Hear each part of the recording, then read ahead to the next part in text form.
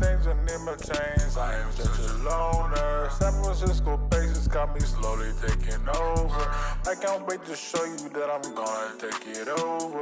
Lico, beast mode, Lico, beast mode, Lico, beast mode, Lico, beast mode, Lico, beast mode, Lico, beast mode, Lico, beast mode, Lico, beast mode. This is not a main thing, really I'm a coder. Coffee stains and in my chains, I am such a loner. San Francisco bases got me slowly taking over. I can't wait to show you that I'm gonna take it over. Lico, beast mode, Lico, beast mode, Lico, beast mode, Lico, beast mode, Lico, beast mode, Lico, beast mode, Lico, beast mode, Lico, beast mode.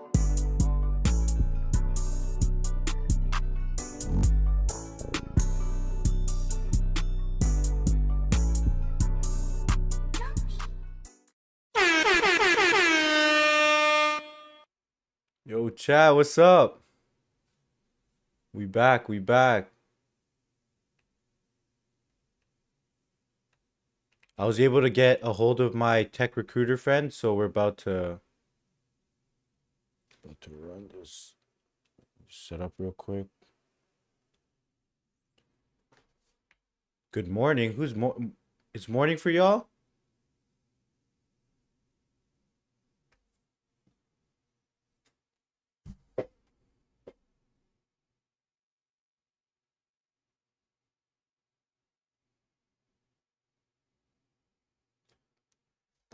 Yo, what up, what up?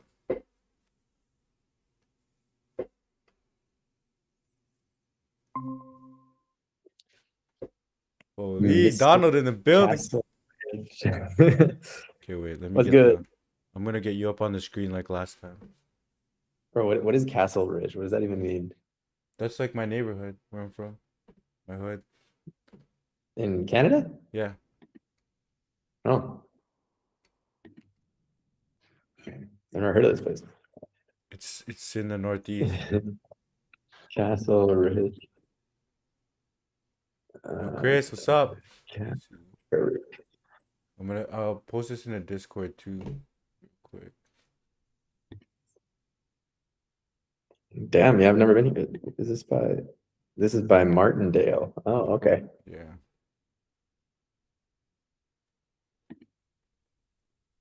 Castle Ridge Labs. Nice.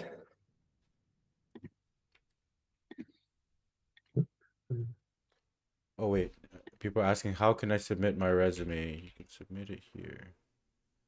We're gonna shortlist a bunch of these resumes.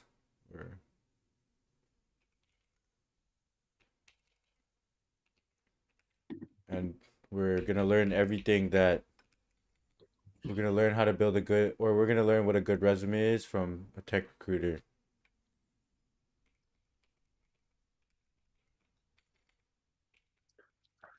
Hey, where's your video? I can't see your video.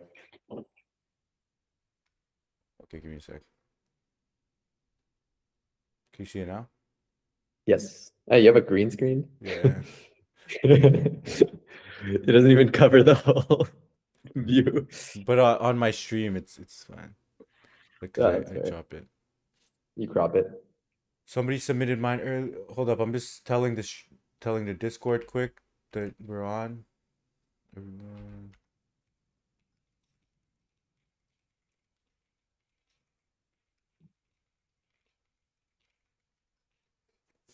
Jeez.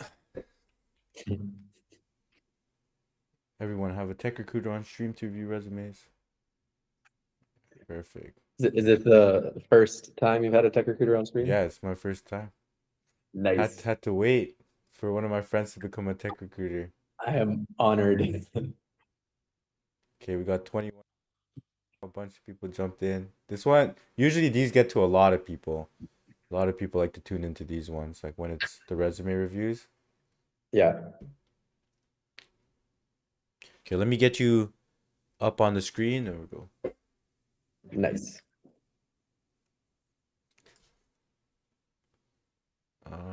Go.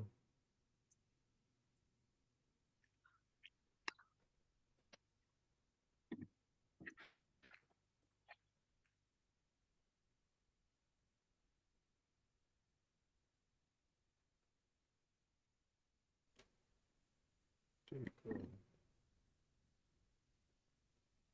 Got a suit and everything. That's right, man. This is who I am now.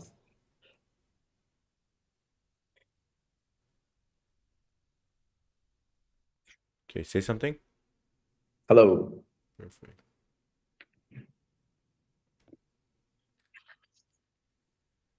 Do a background remover. Perfect. Yo, you look official. I got all my books behind me. You know. Just pull up a random person's quick. 36 resumes in the pipe. Yo, chat, everybody. Here, I'll share my screen too so you could see what we're looking at. Okay. Oh, shoot.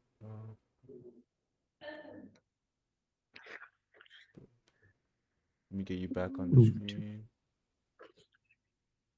Where are you? What app is this? This is jamesperalta.com. Yeah. Damn. You even got your own website. Look at you. Where are you? Hold on. I need to pin you to my screen.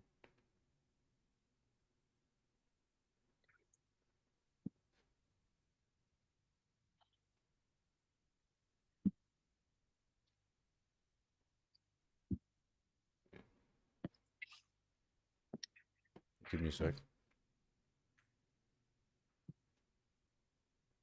Share my screen.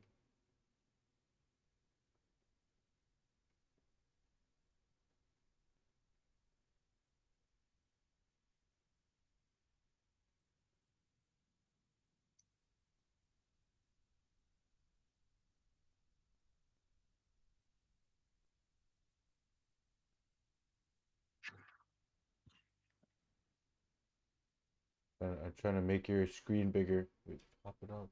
Show the full video.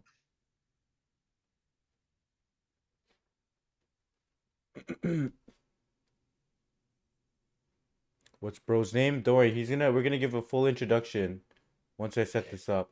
Let everyone roll in real quick. I just need to figure out because I'm sharing my screen at the same time, but I want to see his face.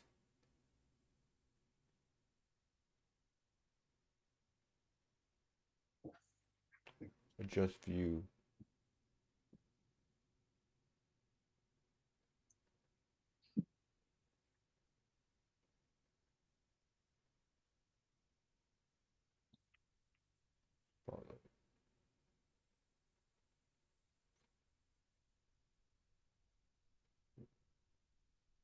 It's annoying. Okay, let me just do this.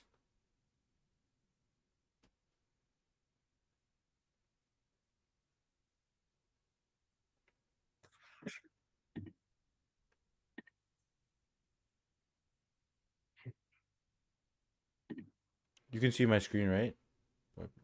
Yes. Yeah, I see your screen.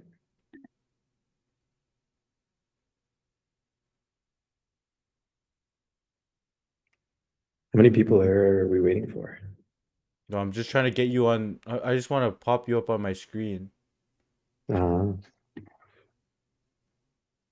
gonna put me in the corner. Wait, Yeah. let me Wait, stream. let me figure this out. I want to see what it looks like right now.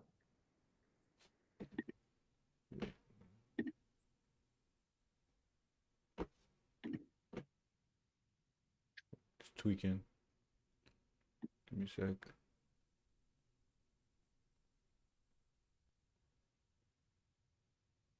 All right, there's 33 watching right now. Nice. Yeah, we're gonna let me fix. I want to get you on the screen, but it's just annoying because I'm sharing my screen at the same time. So I'll send you a. Are you able to join like two different meets at the same time? I think so. Okay, I'm gonna send you.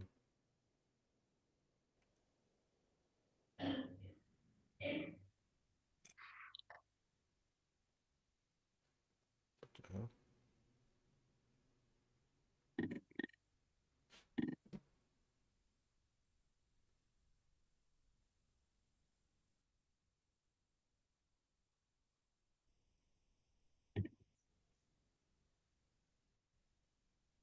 Okay, let me exit here. Wait, let me come back on the. Come back here. It's tripping.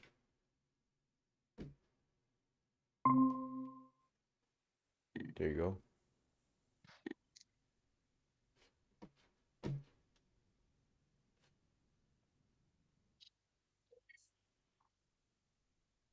Test, test. Okay, perfect.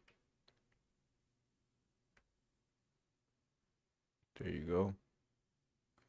I just need to figure out how you're gonna look at the resume at the same time when we're reviewing it. But that's easy.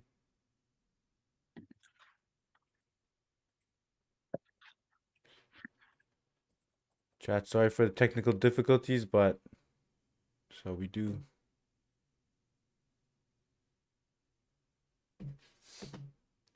All right, say something. Let's just test the. All right. Hello, I am Donald. Does it work?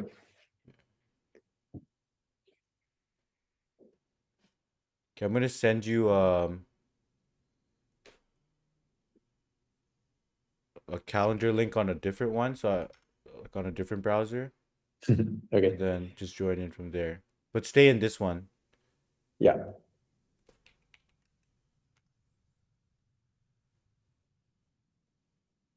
I sent it to your Start Analytics, or do you want your current one?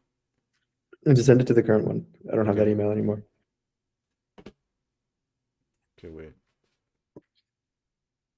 You can also just send a link to the Google Meets. You don't have to send a calendar invite. Okay, you're right. You're right. Smart guy.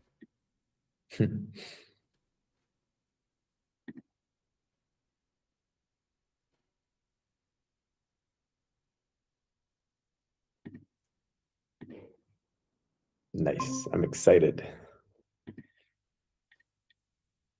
Okay, many people the other link that I'm sending you is strictly just for sharing my screen. Okay. So you're gonna be looking at one screen and then.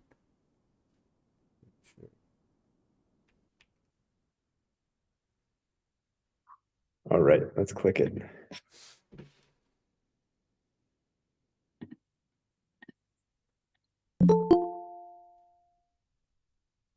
Okay, I have joined. Perfect.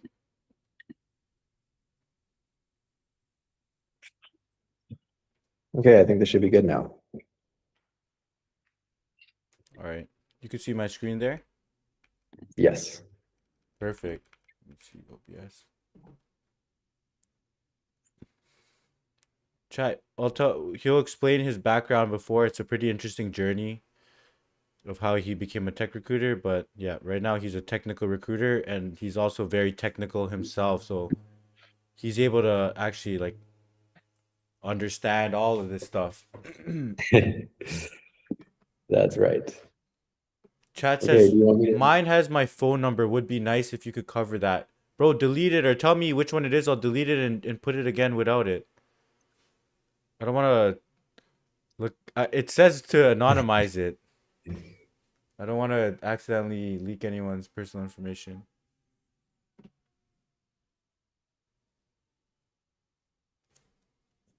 All right, we're about to get started here. You got the chat open on Nice. the other one, so you could also read the comments and stuff, because people are probably gonna ask you questions. And the YouTube? Yeah, I Yeah. see the live chat open. All right, we got 35 people. Let's see.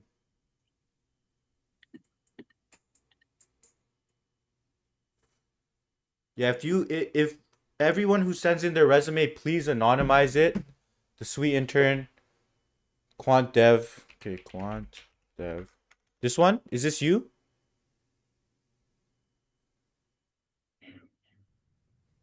Dev?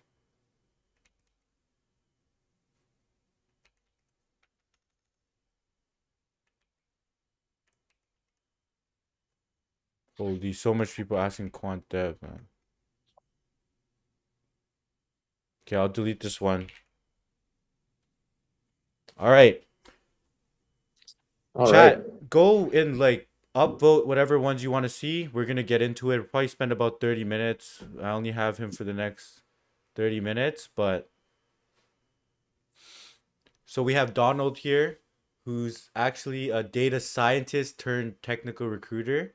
You want to give a quick introduction of yourself, Donald?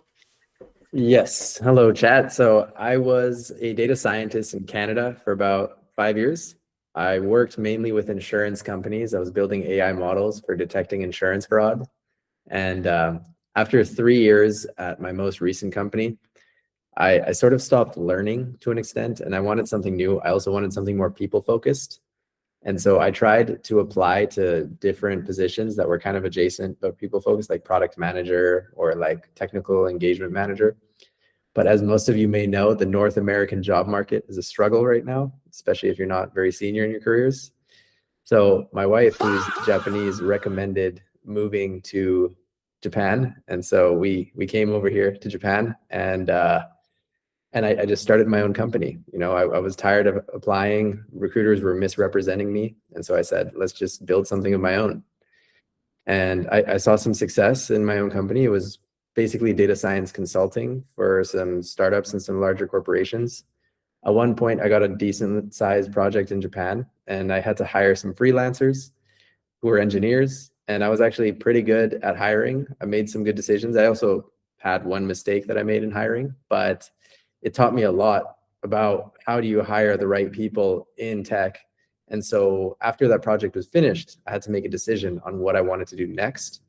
And I became really interested in recruiting as a result, because of how poorly I was represented in Canada and how, I guess, well I thought I was doing in my own hiring in Japan, that I decided I want to make this market a little bit better by becoming a recruiter myself, and giving my own personal experiences to help candidates in Japan have a better recruiting experience. And so now I am a recruiter in Tokyo, working on a lot of data science and software engineering type of roles. Nice. So your main focus is on software engineering and data science roles there? Yeah, or adjacent things. Like I do some mathematical related roles like actuary, and every now and then you'll stumble upon a quant position. So how's the ramp up been? So like what is it like being a recruiter? What did you have to learn? What do you have to do day Yeah, to day? How do you vet resumes? Like give us the sauce. yes. So there's two types of recruiters. There's the what you'd call a headhunter, which is what I am. You work for an agency, and your agency has partnerships with several clients, and they ask you to do specific searches like find me a software engineer with this skill set. And the nice thing about working with an agency is you have more diversity on where you can send people. So even if they're not a match for one company, one of your other clients might be a good fit. That's what I do.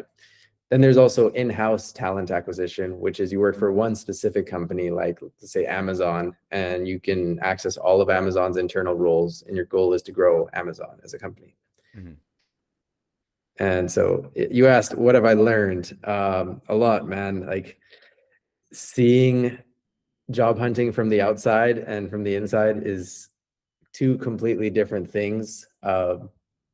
It shows you that you need to put yourself in the other person's shoes when you're representing what you want and what you can do. And so it's a bag of worms if I go into it. But like, is there anything specific that you want to know? Okay, chat saying, what are the high signals on a resume? What stands out to you? What makes a resume pop for you? Yes. So if we're talking senior resumes, the thing that a lot of recruiters want to see is commitment. So if you're staying at roles for about 3 years, 2.5 to 3 years minimum, not jumping every couple of months, it shows that you can commit to something and you stay for a long time. Of course, there are exceptions. Like you have one role that you stayed in 4 months, maybe it was a bad experience. But for the most part, you want to see nice like 3-year chunk, 5-year chunk, 7-year chunk. It shows like, okay, this person can jump into something, do a great job, and then they move when their learning stops. Hmm. Okay. And are they looking for specific keywords when you're looking at resumes? Is it like FANG experience that pops out? Does school Is this matter? person Or just in an general? intern? Or just in general, what do you think? I guess let's just do this from experience. Let's just go look at some resumes, and then we just Yeah. start figuring out what's good or not. Yeah, All that's right, so fair. Let's do that. chat. Let's just look at some resumes and just get his advice on it. Okay, let's do it. Graduate student. Let me pop up some ones that I haven't seen before. Yo, Mads didn't even delete his phone number. Okay, what are you thinking about this resume off the bat right here? All right, let's see. Wilfrid Laurier. That's Waterloo, right? No, I think that's in Western Canada. yeah, it's Western Canada. Can you see good or Okay. no? Yeah, I see it fine. So his first job was in 2024 as an intern, and then he's been with the company from May till October. That's about 6 months. So right off the bat, if you're very junior in your career, I like the idea of leading with your university. So that's a good point. Start off by mentioning you're a student at Wilfrid Laurier. GPA is excellent if it's above a 3.6. If you have anything under a 3.6, I wouldn't even list it. Just avoid it. But 3.9 is very impressive. So it's good you have that on there. And then core AI technologies, bolding the coding languages that you're using is really good. It shows that you prioritize working with Next.js. And then you use Kotlin for Android development. That's awesome. It makes it very easy to read. And then Sales Code AI, similar thing, you're bolding the coding languages you're using and then into projects. So overall, the structure of this resume is really, really good. The one thing that you do need to keep in mind though, is if you're applying to a role in a very saturated economy like the one we are now, you're going to want to tailor this specifically to that position. So here you're talking about engineering a health dashboard. Right away, I know that if my company is a healthcare client or health tech, biopharma, that kind of role, this is going to be very attractive, right? But if I'm working at a telecommunication company trying to recruit engineers and I get another resume that talks about telecoms, this is going to seem like less important compared to the other guy. So specifying the industry that you are working in is very important if you're applying to that role. However, if you're not applying to the exact industry that you've worked in, make sure to focus more on something that actually does translate over. I see. How's the bullet points structured? The actual contents, is it impressive at all, or any advice for this guy? Yeah, no, I think it's great because he talks about his accomplishments rather than what his responsibilities were. And that's what people want to see, right? They want to see what can you do for me, not what do I have to assign to you. Whenever you're trying to communicate who you are to someone, you should always start with how you can help. So if I needed someone to build a dashboard, there's clear evidence here that you have the ability to make a dashboard without any hand-holding, which is awesome. And at the end of the day, that's what companies want, right? They want people who can take action, do things on their own, require a little training. So chat's asking, how long are you spending reading resumes on average? The answer is it depends on supply and demand, of course. If it's a very junior software engineering role requiring 3 years of experience, I'm going to get in 80 resumes. And so I only get like 10 seconds for them. If it's something that's very senior, you're going to go and dig through the entire thing, right? So for this person, he's an intern, very early stage software developer, 6 years of work experience outside of an internship. There's going to be hundreds of these resumes going through the ATS. And so you can't afford to spend 10 minutes on each and every one. So you're going to be going through a quick checklist, and the bolding and the structure really helps out with that. So I see. really well done here. Yeah. So what do you think about the ATS? What's the sauce on the ATS? How do people make things ATS friendly? How do they pass it? A lot of people, they think that the ATS is against them.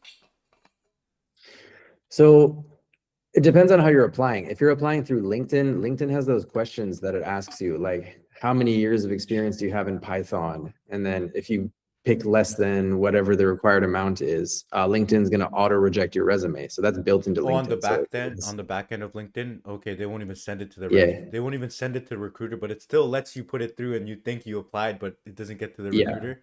Oh, damn. It shows up in archive, like there's an archived section, but you Oh, have to like, click the other tab. And so damn. that's one barrier of entry. Now that doesn't mean you should lie, because then they're just gonna get upset when they do see your resume and you don't have the experience you're looking for.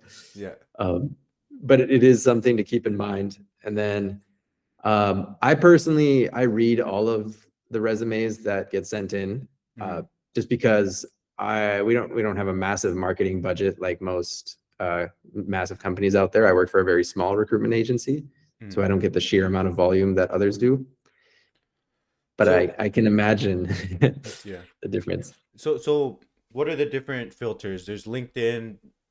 What are the other ATSs that are in the industry that people would need to research or understand? Yeah, there's Workday is the really big one. Greenhouse is another one. Mm, And so, to be honest, I haven't worked too much with those two, but they have similar like prompting questions that they will ask. And then, if the resume doesn't meet the standards, it'll be put into a different block. I So see. that's another thing why I mentioned, have keywords in your resume that resonates with the job you're applying to. Like, this person's done a very good job of explaining that they're, working with health dashboards and biomarker. Yeah, So anything biopharma related would be really good and would probably pass the ATS. I see. So what is so the ATS is kind of this software that it as input takes these resumes, as output it categorizes them, or it's more like Yeah, like indexes so you can search against the resumes and find ones you like. there's different kinds. Like the most basic and simple to explain is like a yes or no ATS, or like a percentage score where it'll tell you, how much of a match is this resume to the role that you have posted. I see. And the higher scores are the ones that are going to get read first. I see. Okay. And it usually in this ATS it's more about, do you think that they encode anything related to like what school that they went to? They went to a top school or they worked at a FANG, or does that also help things go up higher in the ETS or give it a better score? To be honest, the industry has changed quite a bit, from using keywords to nowadays they just let AI decide, because Claude and OpenAI have gotten really good at just reading raw resumes and raw job descriptions. And then you just say like, hey, how good of a match is this? And so these AI tools are just making the decisions on their own nowadays. But before, yeah, they used to use those keywords like, we want someone from Harvard or Stanford, or we want someone who's worked at Meta. I see. Okay, that makes sense. All right. Yeah. So the work experience is good. What about the projects and leadership? And like, what do you think about the other sections here? Are those GitHub links? The blue? Yeah, they're probably links to the GitHub. Okay. That's awesome. I think putting in links to your work shows validation and proof that you actually know what you're talking about and you're not just making this up. I do think this is a little bit too condensed, because you have the coding languages on the top and they're kind of distracting, so it's hard to focus on reading something. Yeah, it's like a lot. um, It's a big wall of text, huh? And like barely any yeah, it's, space between the lines. yeah, which makes it very hard to read. In contrast, like, scroll up to the work experience. Yeah, like the work experience is much easier to read. There's like a trajectory of, you go from top left down to bottom right and read Yeah, everything. But with the projects, you're like, okay, there's two links here, and then there's like 17 coding languages on the right, and then you have all of the descriptions. Like, I don't know which direction to go. So focus on making it a bit less cluttered and more structured, kind of like how you did the work experience. I see. What about the content of the projects? Do these projects pop out and are interesting for you? So the the name of the projects isn't as valuable as what they actually are. Like, for example, on the top left, the first thing you see is QURE. I have no idea what that is. So instead of putting that, do something like Airbnb price analytics and geospatial mapping. That explains to someone exactly what the project was, easy to understand. I see. But including the name that you came up with, that nobody else in the world has ever heard of, doesn't add any value. That's actually a good point.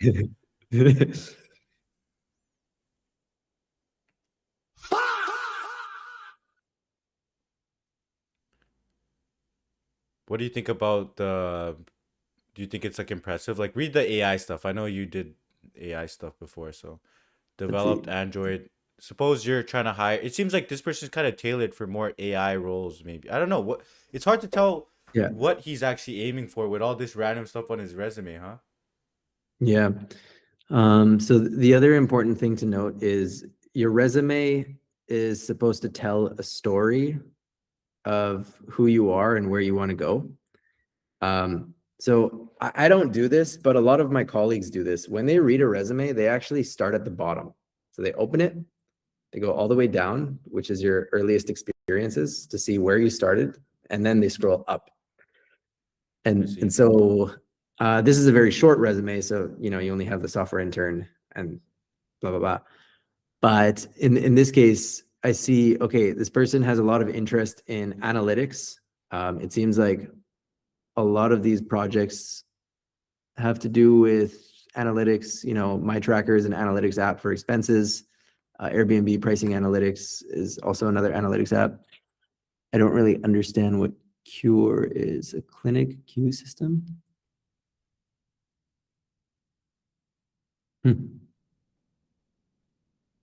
Okay. But yeah, it seems like these are just school projects, which are pretty cool. This person has a strong analytics background. And then after, you would scroll up and you would see what's the first job they had. It was, it was mobile development and Flutter. Okay. So it's iOS and Android mobile development, but it was geo-targeted banner systems. What does that mean? Maybe geo target is like based on their location. They show some banner or some ad. Yeah. Some Yeah. Okay. So yeah, it shows that this person likes analytics and geospatial data. They've had paid work experience in it with an internship, and then they built an app in Flutter. And then afterwards, they became more Android focused because they started using Kotlin instead of Flutter. And so like this person would be pretty good for any mobile development role. The only thing is the story is a bit confusing because they started out with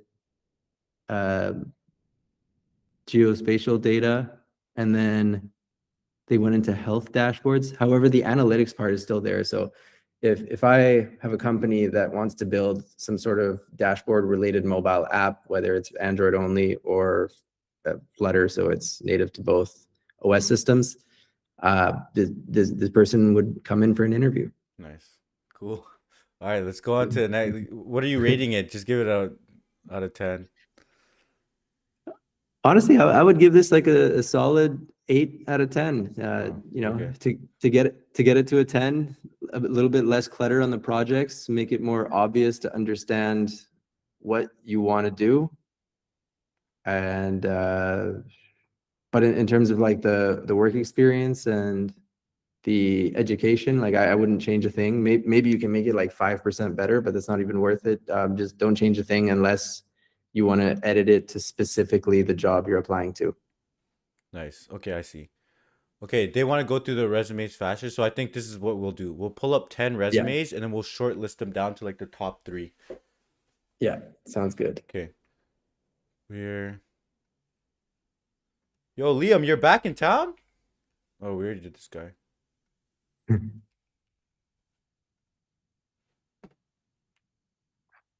Holy, there's 50 resumes in here.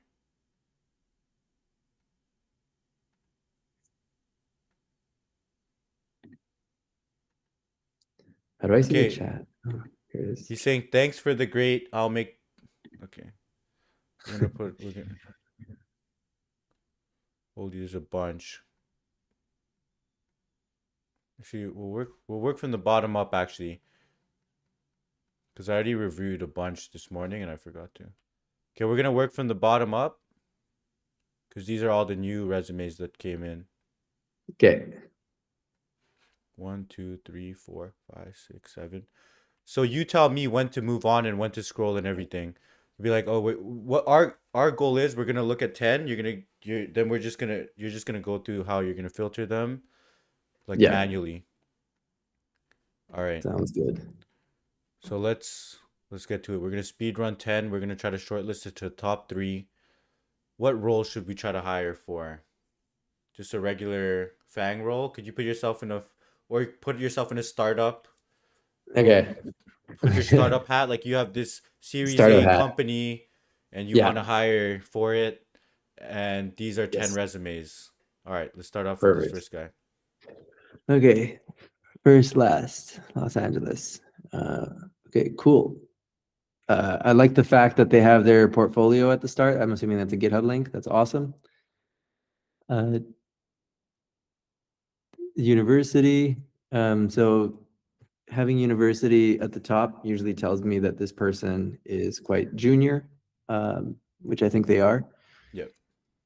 And then you got your technical skills. I'm assuming the order is listed in what you've used most recently. So I expect the software engineering position to start with C++. Okay. And then geospatial company. So similar profile. This person worked with 3D data to plot it in Unity and Unreal Engine. Okay, so this is a game company. So this person has an interest in gaming, and then afterwards they went to an activism organization for a social media app. So right off the bat, I would want to know why they went from gaming to activism. And then scroll down to the projects. Okay, so a rhythm game, web-based 3D rhythm game. This person has a solid interest in gaming. Okay, ray tracer. What is this? So they've done a lot of video games and 3D projects, which is cool. So right off the bat, when I read this resume, I would send them to like a video game startup or anything that's working with 3D modeling, CAD files, like processing 3D images for manufacturing. I see. And See, yeah, that seems like a little. Suppose you're hiring for a portfolio of companies, like you're working at a VC fund and you have clients that are AI companies, fintechs, all the different industries. Like yeah, what small it seems like you're just gonna be sending them to a small subset of your portfolio companies based on this resume, huh? yes. Okay, let's just shortlist this guy then, or let's just delete this guy then from the candidates. Okay, what about this guy? Uh-oh. Oh, is that a formatting issue? No, this is his resume. This guy's trolling. Okay. I don't know. Yeah, I mean, the formatting does not look good. I don't know when your work experience started. Oh, well, it's in there. It's in the middle, 2025 to 2026, but you should include the months because I don't know if that was a year or a month long. Certificates are important, but they shouldn't take up the majority of your resume. I think the experience should speak more No, than your this is troll, certificates. bro. Yeah. This is troll. All right, next resume. Okay, perfect. Whoa, okay. This is really dense. Damn, this Okay. person maxed out their border width. Resume maxing. Holy. Okay, Okay. let's What are you see. thinking? So right off the bat, I don't see education at the start. This tells me this person either is pretty senior in their careers or they didn't go to university. So maybe they're a self-taught programmer. Why did you say that? Sorry, I missed that. So usually, if you're a student, you want to put your education as the very first thing, Okay. right? And so here they start with their technical skills and work experience. I see. which tells me they don't prioritize their education over the other things. So either, which isn't a bad thing, right? Like some of the best programmers I've met did not go to college; they're just self-taught. Yeah. And so, okay, this is interesting. C++, Python, JavaScript. One thing that I would be confused about here is I'm looking at company A, but it doesn't explain to me like where he used C++. This is like ML evaluation infrastructure. I'm pretty sure So you do that because in you said C++ Python. first, you're thinking that's his main language, huh? Yeah, you Oh, okay. usually you don't want to put them in order of alphabet. Like maybe this person did alphabetical order, but you would want to put them in order of what's most prevalent to you. I see. Yeah, and so he's got some great AI experience um, using Quen. That's good. And then scroll down, manufacturing experience in New York. They built a data pipeline using Python. Okay, so this is a bit of data engineering work. That's good. Refactored 3 Lambda backend to an optimized 2 Lambda stack. So one thing you got to be careful with is using language like refactored 3 Lambda backend to an optimized 2 Lambda stack. Most recruiters are not engineers, so they would have no idea what that means, right? You want to kind of dumb that down, for lack of a better word, to explain that,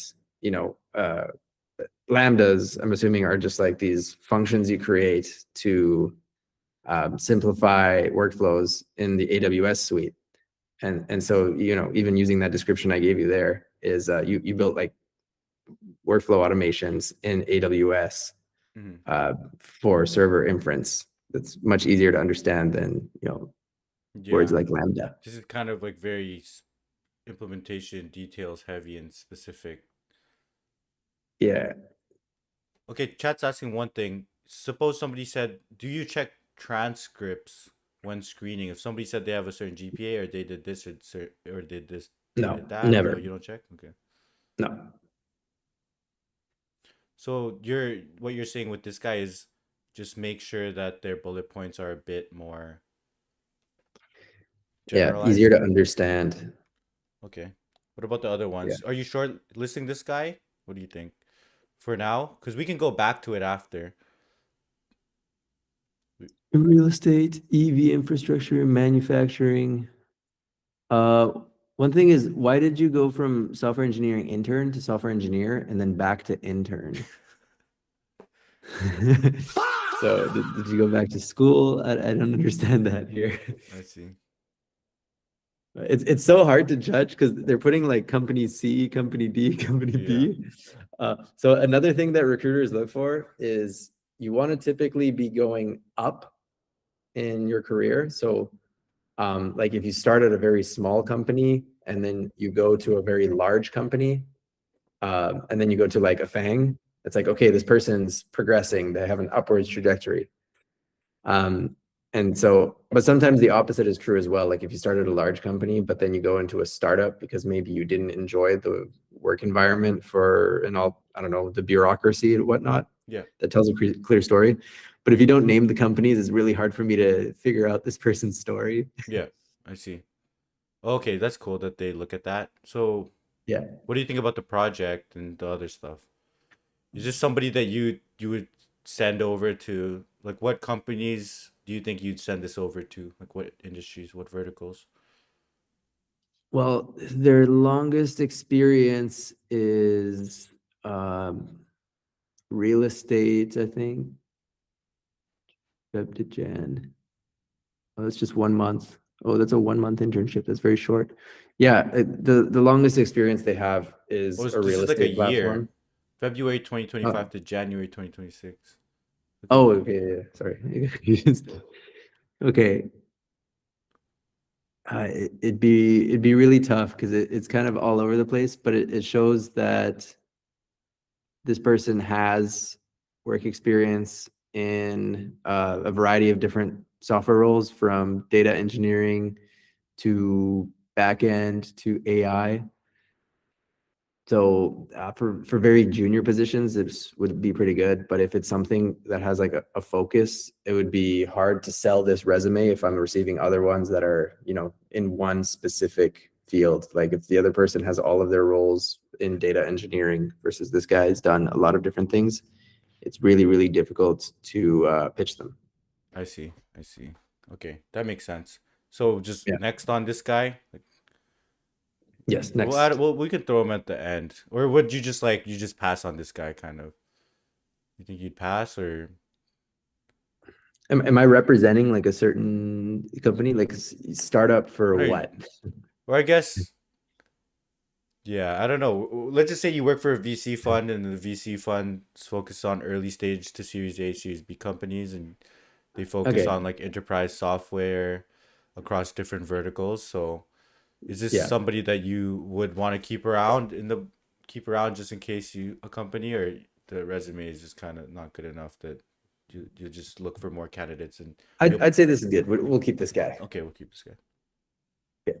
Holy, another big ass wall. Wait, is this the same guy? I think that's the same Oh yeah, guy. same guy. Okay. Oh, nice. This person put in their leak code. But a lot of these are actually coming from India, which is okay. This is from Melbourne. uh, What do you think about this? okay, data science professional specializing in advanced analytics, statistical modeling, and machine learning. I like the career profile. You like the? Makes Do it you like it when really, they do this? The career yeah. I profile. think this is a bit long, to be honest. I think half the size would have been great. But career profiles make it really easy to understand where you want to go. Because at the end of the day, it's important to know what you can do. But we as recruiters realize you guys probably have 15 other recruiters talking to you. Hmm. And so if we can't give you something you want, even if we do guarantee you an interview, if you end up going with the other role, what's the point, right? So explaining where you want to go in a career profile is just as important. Yeah. I just noticed this is also 3 page. What do you think about that? It depends on how much experience this person has. I would never go over 2 pages. 1 page is great if you're an intern or like a new grad. But if you've had over 5, 6 years of experience, 2 pages is fine. 3 is a bit much. Yeah. Okay. So what are you thinking? Would you even want to read through all of this or not? Technical proficiencies. I think that's too much formatting for, you know, what tools you can use. The other resume that we just used made it a lot simpler, Yeah. you know, just 5 lines. And then scroll down. Yeah, let's look at some of his bullet points and work experience. Okay, let's start from the bottom, as Let's go. always, to see. So what was the first job? The first job was a geospatial engineer. Okay, GPS data.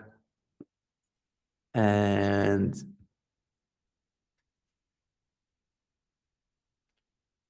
okay. Wait, so what do you think about putting your leak code on there? I've seen a couple people put their leak code and how many questions they solved. To be honest, I would care about that. I You think care? that shows, yeah, I would. I don't know if a lot of recruiters know what lead code even is, though. Yeah. So I know what it is because I had to do it when I was looking for data science jobs. But most recruiters, if they're working on a technical role and they know that the first interview is a technical interview, they usually don't know what the different options for technical interviews are, like lead code, hacker rank, Codify, like all of these different options. And See. so, but I see that as a good thing if you include your lead code in there, especially if you're like highly ranked and you have a lot of challenges completed. So So one geospatial thing missing, engineer.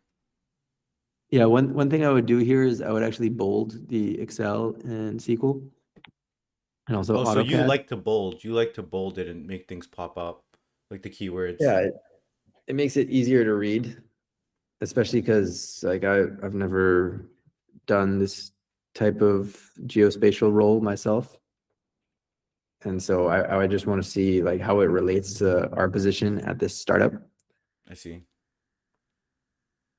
And then data engineer, ETL using Apache.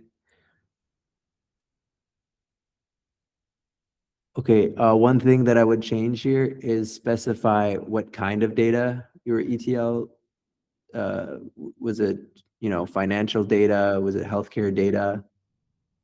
I see. Call detail Because record type. that also focuses on the specific industry and helps you figure out. Yeah. Or maybe that's what call detail record types means, like phone call data. I don't know. I would make that more clear on what kind of data was there. And then the first bullet point is the most important as well. So like right now, I kind of want to just skip this no, not the profile. Sorry, I want to skip this job and just go straight up to the next job. Oh, because the first bullet point didn't seem that interesting, or Yeah. Usually, you want the first bullet point to be as clear as possible on what you did here. Otherwise, it's hard to figure out what this person's focus was. Okay, so the first bullet point here: ran full cycle analytics project, analyzing 3,500 student records using SQL queries to identify levers affecting visa processing. What does that even mean? Using SQL queries to effectify levers. I don't even understand what that means. Identify levers affecting visa processing times. What's a lever? no idea either. Okay, but Next. I understand analytics. Yeah, I would work on simplifying the language to understand what you do, rather than using complex terminology. Yeah, chat doesn't really like this one, so maybe we could just exit too. I don't know. Yeah. Let's Yeah, go. this Let's one's skip three, this yeah, one. Close it. Okay, we got this other guy, Oh, we saw this guy, didn't we? or like Or we no? didn't really look at it completely because Okay. we already looked at a couple people from India, so I skipped over. But I'm down to look Okay, at cool. it. But we want chat. We want to get people from all over, so we want to get some U.S. ones, some Canada ones, some Europe ones. Yeah. We just had Australia one, so that's why I'll skip over some if we've seen a bunch from the same area. Let's do that. Okay. Scroll to the top. Let's see if they have a profile. Yeah, they have all Bio? the. No. They just linked Oh, all no their stuff. bio. Yeah, no Okay. bio. So yeah, Look how when much this person questions did they doesn't. solve. Holy crap! When- 1,337 questions solved. Hey, That's nice. actually a lot. Yeah, Yeah, we this gotta get person's a in, grinder. That's good. get you in for a mock interview. Let's do it. Okay. So no profile, which means I have to figure out what this person wants to do based on their story. So we'll start at the beginning. They started out as an ML intern. They worked on LLMs for poison samples. Oh, Poisson samples. Okay. With a 10-year Nifty market data to study trigger-driven behavior after fine-tuning. Yeah, so this is another one of those things where this person's using complicated terminology. Yo, Zach's in like, the okay. chat. Zach Metz in the chat. Nice. But it's like, yeah, what kind of data did you work on? What is Nifty market? You gotta explain that. Okay, so that's kind of interesting too, where you say a lot of people are like, "Oh, I built this data pipeline," but you're like, you care what data pipeline, what industry? Yeah. Yeah, Make that makes it sense. obvious. Because like I could focus in on one industry and learn all the terminology about insurance, for example, but that means I'm not going to have time to learn terminology about energy or time to learn terminology about Nifty market. So as simple as you can make the explanations on what type of data you were working on, the better. I see. And then implemented Apache Solar text extraction. What is this? Oh, ERP should be bolded. In Japan, especially, there are a lot of ERP roles. So even though it's not a coding language, that's something that's really important to show you have experience in it. I would bold that. I see. So you're a Cool. fan of bolding. Some people said no, or some people in the chat say they don't like bolding. Some people, but you're a recruiter, so I bold my stuff. I think it makes sense because Yeah. if I'm just reading a resume, I want to see what pops out. Yeah, exactly. And makes it easier to understand the person. The first thing you want to do is you want to hook the recruiter, and then they'll read the rest of your resume. But if you can't hook them, they're going to go in order of what resumes are the most attractive, right? And then this person built a custom Kanban platform replacing Zoho. Okay, that's cool. So maybe this was for Atlassian or ClickUp or one of those agile technology companies. And then architected a multi-tenant reback authorization microservice. This is another one of those things where I have no idea what an RBAC Dude, his authorization formatting is a little bit bad. Like there's spaces here and it doesn't look well formatted. Oh yeah, that's a good point. I didn't notice that at first. And there's a space between the comma and the Yeah. bracket for buckets. Yeah. I think this is a Microsoft Word or a Google Docs issue where you can pick how your words are spaced, if they're spaced equally to reach the edges, or if they're left focused. I think this person tried to space his wording equally, which is why it got him to this. Yeah, don't do that. I would skip this resume. Go to the next Skip one. this resume. Why are you skipping it again? Just the Um, formatting is bad? Yeah, the formatting is a bit off, and it's hard to understand their story. Okay, just got sick of it. Let's go to the next one. Oh. All right, Why- David. I've seen this other one before. It's pretty good. So, or just read over it. Okay, this person is starting with their personal projects instead of their work experience. Why would they do that? That makes me think that they value their personal projects more than their work, which is not something you should be doing, right? Because when you're getting paid for something, it provides business value to someone, and so it's usually going to be more correlated with what companies want to hire you for. Take a look at his project though. Yeah, let's see. Reached 2,000 monthly active users and 20K USD in monthly revenue to date by building full stack coffee pickup app solo using Flutter, Flask, and React. Peak at number 37 in the App Store for food and drinks. Oh, okay. I mean, for this one, I was like, why is that a personal project? This is straight up. That shouldn't be a personal project. Yeah, that should be a work experience. You should list out the name of your company. If you can't list out the name of your company, you could just say like self-employed as the company name. And then the second one, launched B2B SaaS platform for digital signage. Yeah, this is also not a personal project. Both of these things are work experience.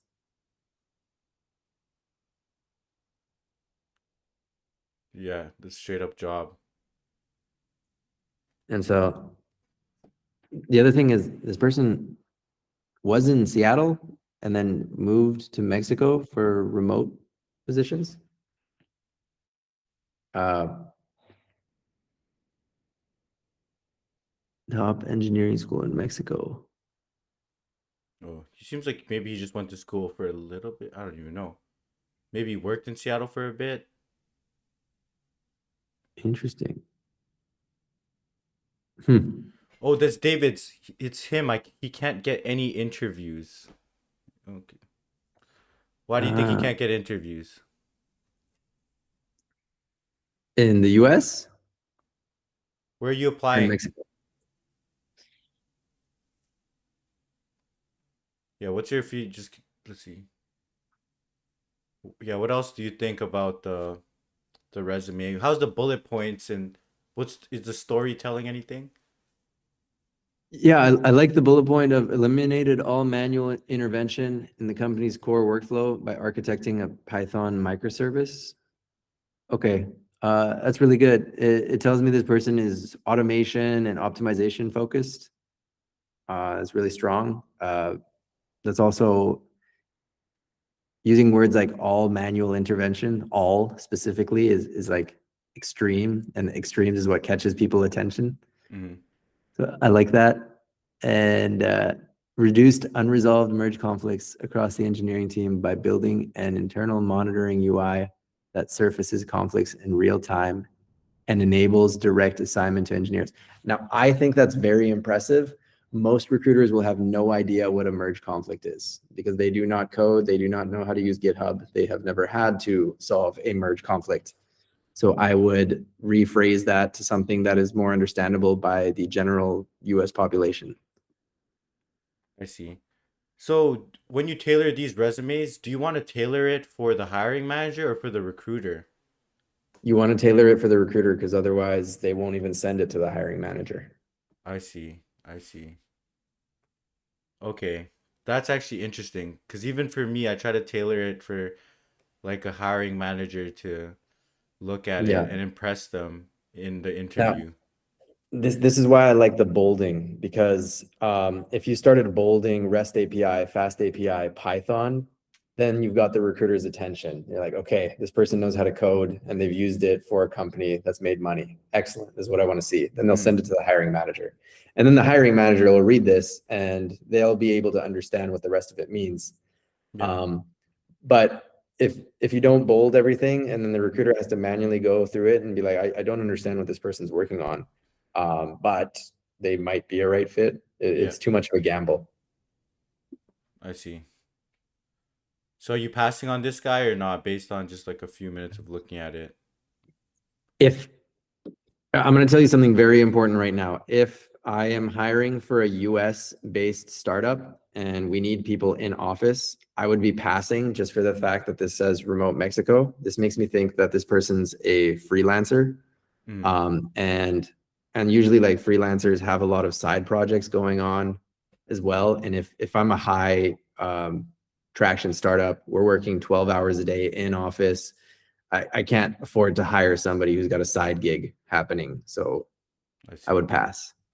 All right, let's pass on this guy. Where is this guy based? Okay, Irvine, California. California guy. Let's Nice. see.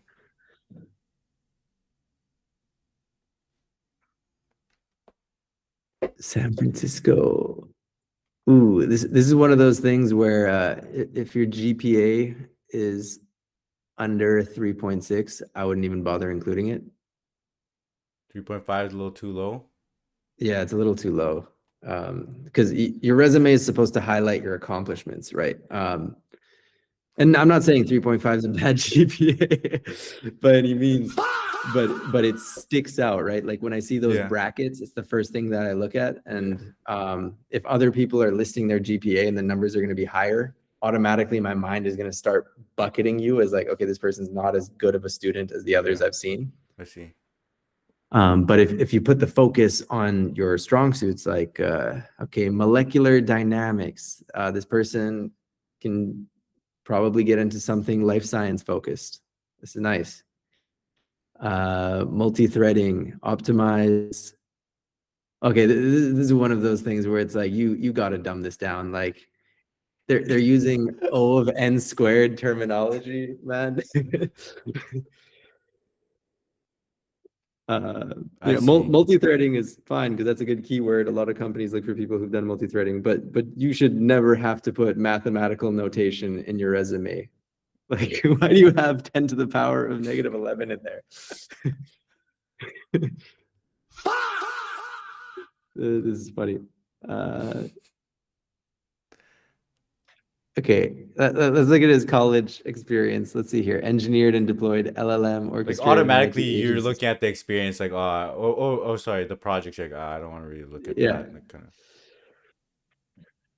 Yeah, and cut manual processing time by over 80%. Oh, that's nice. You have numbers of your accomplishments. That's awesome. That shows that you actually track the results of your work, which is something a lot of engineers don't do. They kind of just build for the sake of building. Okay, but so you like the metrics. You like when people are like, I accomplished this as measured by Y. Yeah, exactly. Nice. And then fine-tune a Llama 2 7B model.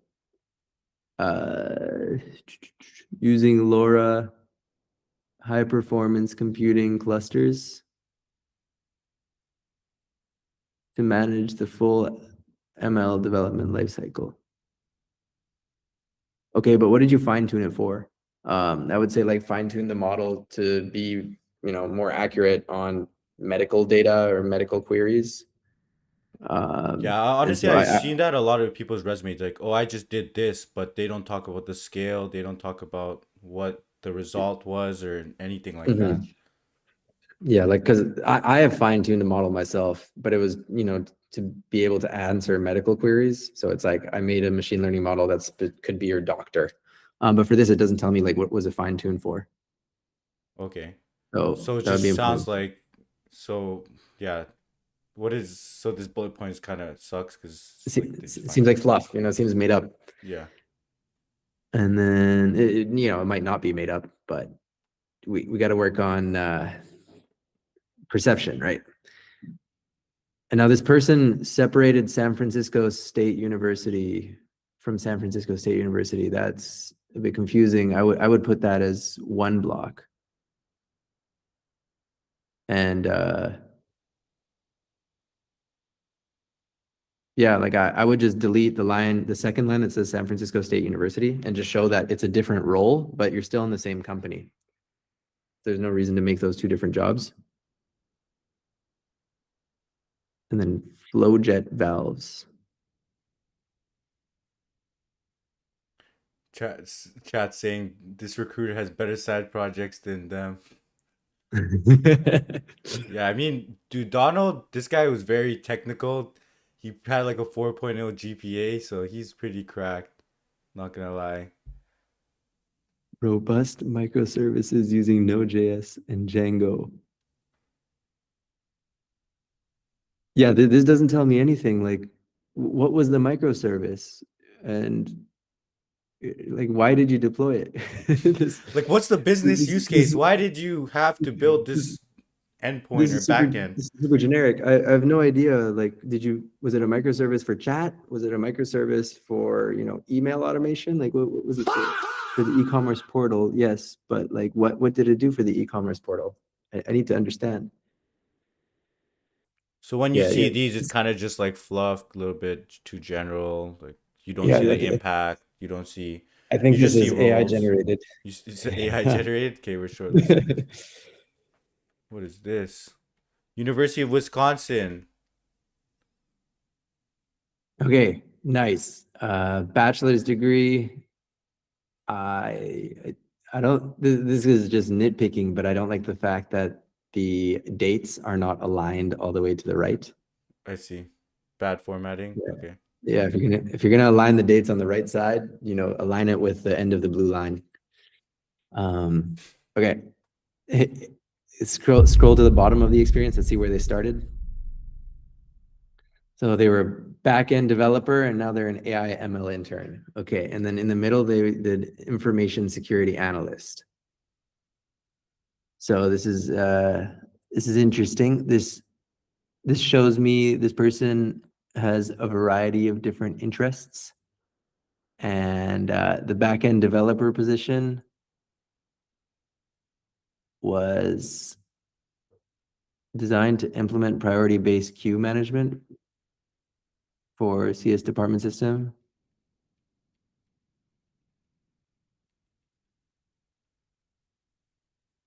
Participated in 4-person agile team.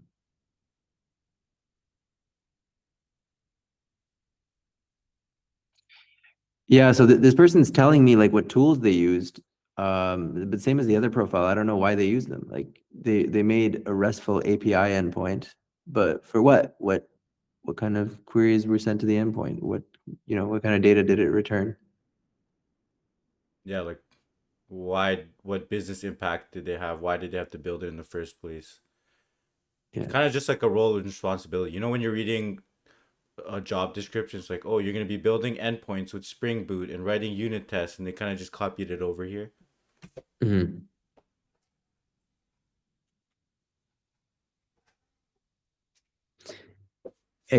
What's an extern? Is that the name of the company? Extern. I don't even know. Is that like an intern or something? What's an extern? I think that's the name of the company. Okay. Uh, Building a data pipeline application to classify and extract structured information. Okay, again, what structured information? Were you extracting, people's financial data? Were you extracting phone numbers? You got to be more specific here. Yeah. I Yeah, mean, yes. this is like, yeah, we'll skip it. This is like a classic bullet point that I see in so many resumes that I don't know. Develop 10 plus RESTful API endpoints with Spring Boot. Wrote JUnit tests across core business logic and persisted data via Spring Data JPA MVP deployed to a live university. Like he's just kind Yeah, of also, listing what he did, but what was the also business it's impact? there's an M dash in there, so you know it's AI generated This after one? JPA. Oh, like, Yeah, so if you're gonna AI generate your resumes, make sure you remove the M dashes. damn, that's the one way you check it, right? Oh, that's Yeah. true. That's crazy. All right, these. Okay, UCLA. Oh, this is kind of a better one. I mean, there's some Oh, big hey, there we companies. go. Ooh, incoming for YouTube. Nice. For that, I would honestly specify what the JD is asking you to do. Like sometimes when you get an offer from Google, they're going to tell you like, you're in charge of building this and this and this. And so explain that in there too. Software engineering intern. Okay, here. So we're going to start from the beginning. Java mentor. We can tell this person is an academic, probably had really good grades because that's the only type of people that would ever mentor somebody. And then they got a software development intern job. They designed a MongoDB-based TypeScript API to fetch customer data and emails. Okay, this is another one of those things like what kind of customer data? Was it their demographics, where they're from, and what were you doing with this customer data? So Yeah, I that's would true. specify. It's like, what do you mean fetch customer data for what business use case? Yeah. And software engineering intern, Video Land, develop multiple C, C++ video filters for VLC media player. Oh, okay. I've used VLC media player. I don't know what a video filter is.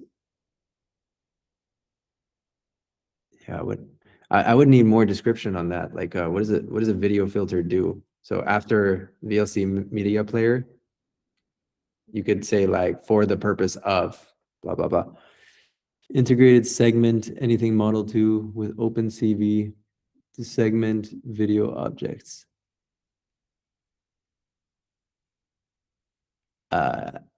OpenCV is, what is OpenCV? OpenCV. That's just I've the heard of this open before. source library. Oh, okay.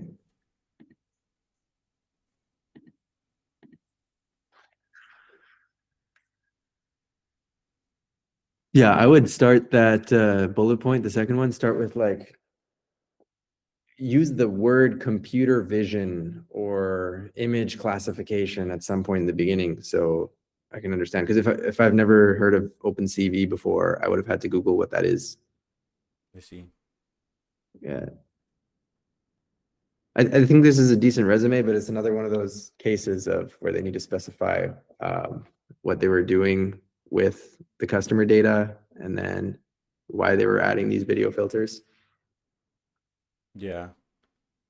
I feel like with a lot of engineers, they just know what they did, but sometimes they don't know what the reason they did Why they it. did it. I was like that. I was absolutely like that. So, tip for people who are working in industry, figure out why you're building something, also figure out some business metrics you're improving. Yeah. If I could summarize it, number one is this: if you're junior in your career, get a profile at the start to explain what you want to do. Keep it 3 lines maximum, right? And then make sure your bullet points on your work experience tells a story. Like you started out as an intern working on geospatial data, and then you started doing more analytics, and now you're focused on mobile app development. The thing that I like about this person here is they have the most bullet points on their current job. That's important because we're always going to put more weight on what you're doing right now than what you've done 3 years ago.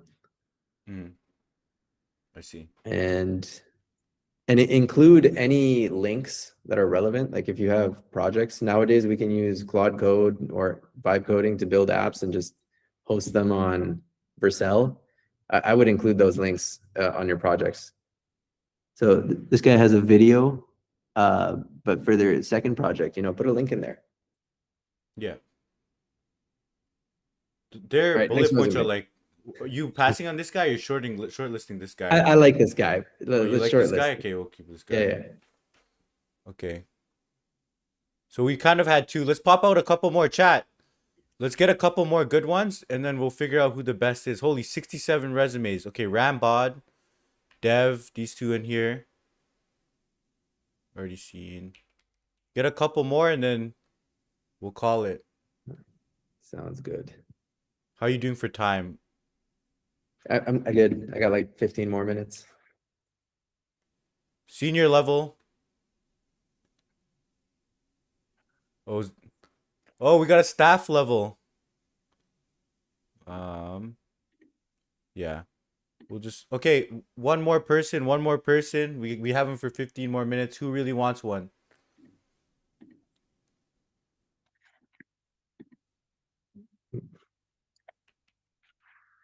Oh yeah, you're right. 6'7". Okay, let me look through one that's gonna catch my eye. Okay, there's a data scientist role. Okay, wait, see.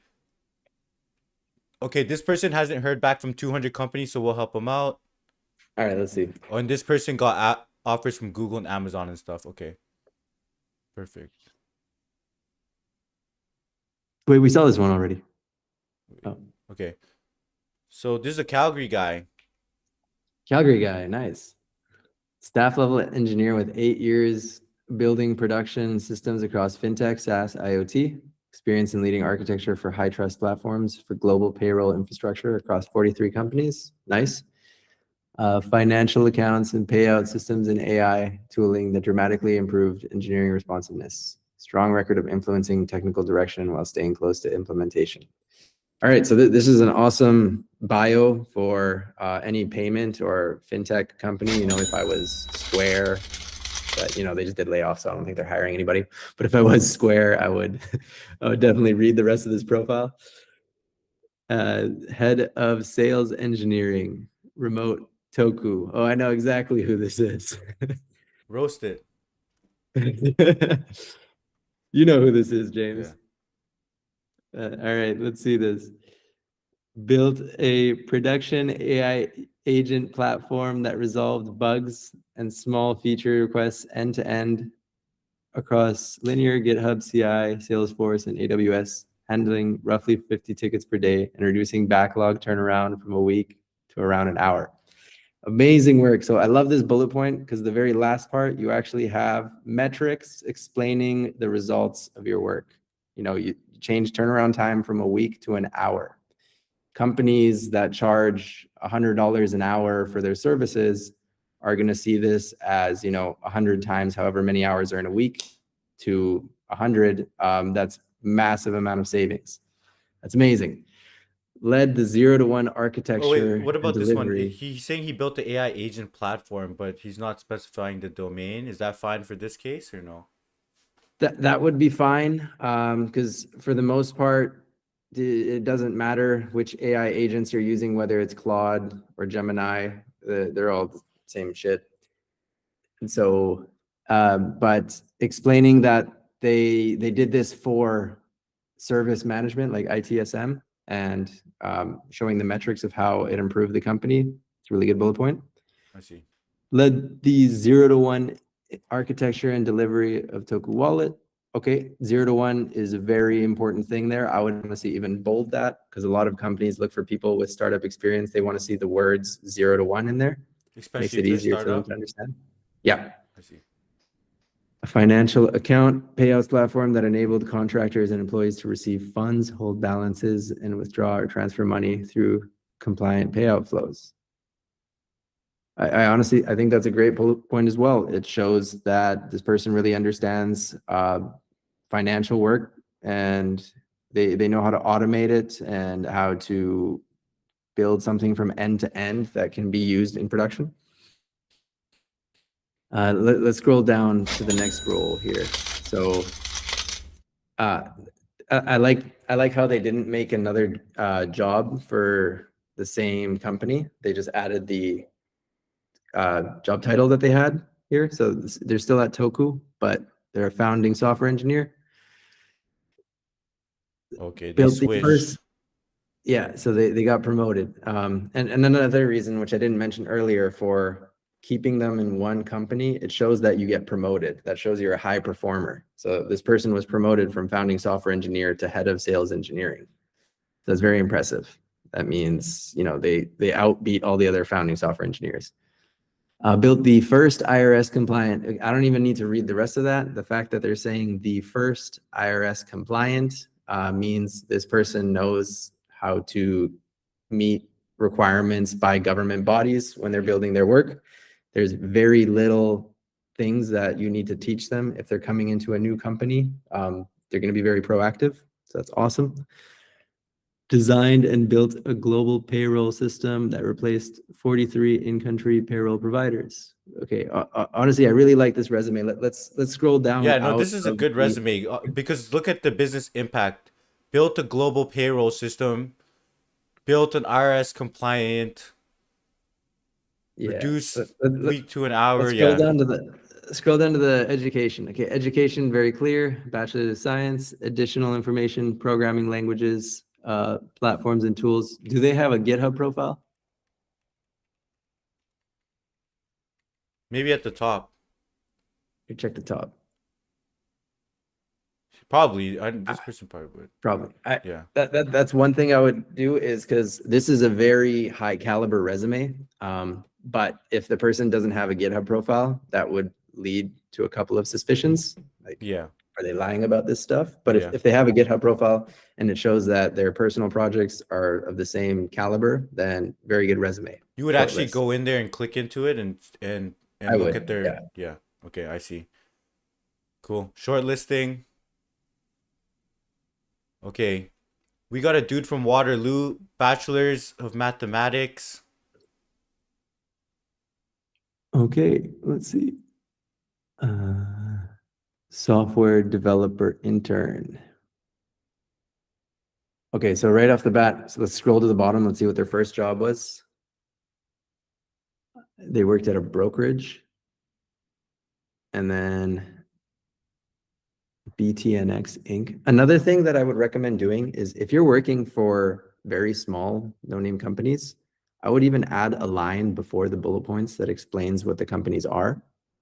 Like, you know, this is a stock app, or that regular consumers like you and I can use to buy stocks. I see. And so that way I can understand what kind of companies you worked at. Because if you put BTNX Inc. and then you don't specify in your bullet points what type of company this is, I'm going to get very confused. And then, you know, compare it to the resumes that do have the type of company and the type of business impact that your bullet points had. And this is another one of those things where the projects flavor quest, instead of putting the name of the project, put like what it was. So, you know, payment app or something like this, or e-commerce website. Because nobody's going to know the name of your projects unless they've hit hundreds of thousands of users. That makes sense. That's actually pretty good feedback, honestly.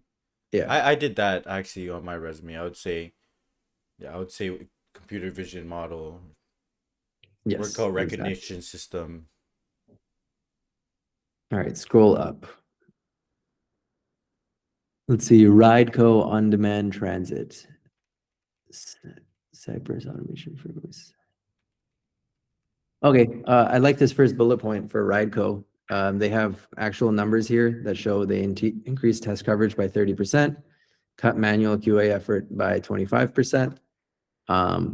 This would be cool. The only thing that is relevant here is how big is the company? If it's a 5-person startup and you increase test coverage by 30%, that means absolutely nothing, because in 5-people companies, the impacts you want to have are 10x, right? Yeah. But if Rideco is a massive 500-person company and you increased something by 25% or 30%, that's huge. That's millions of dollars worth in savings. Yeah. So I would even put, you know, like I said before, under Rideco, explain like, you know, 500-person scale up with X amount of dollars in funding based out of Waterloo. I see. That makes a lot of sense.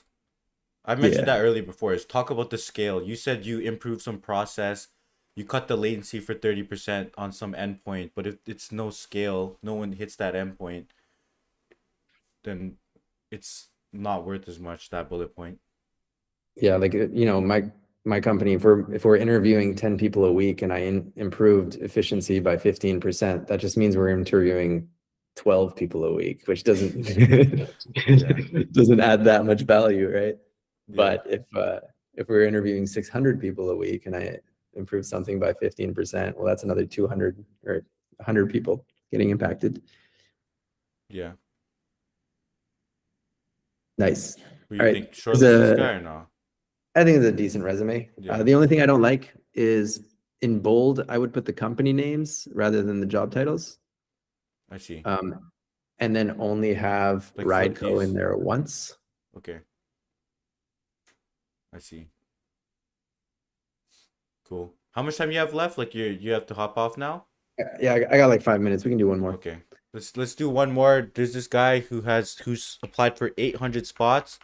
So we need to give him 800 jobs. Okay, let's find out. Let's see. Where is it, man? I don't see it. Oh, there you go. 800 apps. Only 2 interviews. Help a brother out. British Okay. Columbia. So they got education, they got experience, and they got projects.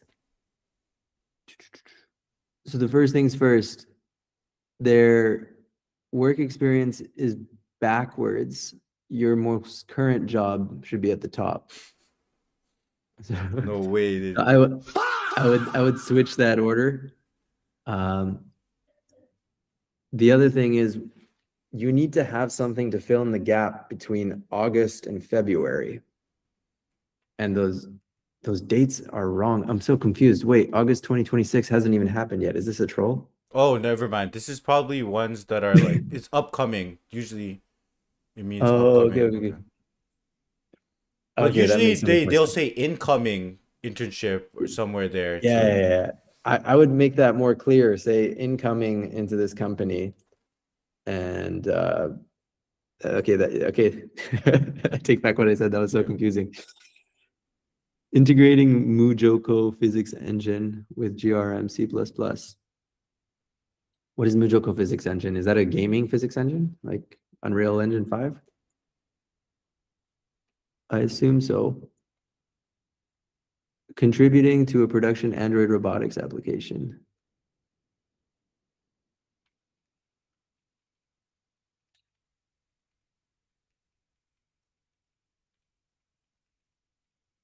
Okay, I think I understand here. So there's a couple of red flags that pop up. Yeah. Number one is this person hasn't even started his second job yet, but it has more bullet points than the ones that he has worked in. That makes sense, yeah. Yeah, like why do you have 3 bullet points for the job you haven't even started, but then you only have 2 for the one you've been doing for a year now? I see. February 2026. Oh, that's not a year. That's only a month. Yeah, so I would definitely put more bullet points on the thing that you have done. The other reason, like, I'm sorry to tell you this, it's just the fact that you're junior and the market's not really good right now. You only have 2 months of work experience. And so it's just you're competing with people who have been laid off or who have X amount of years of work experience applying for the same jobs.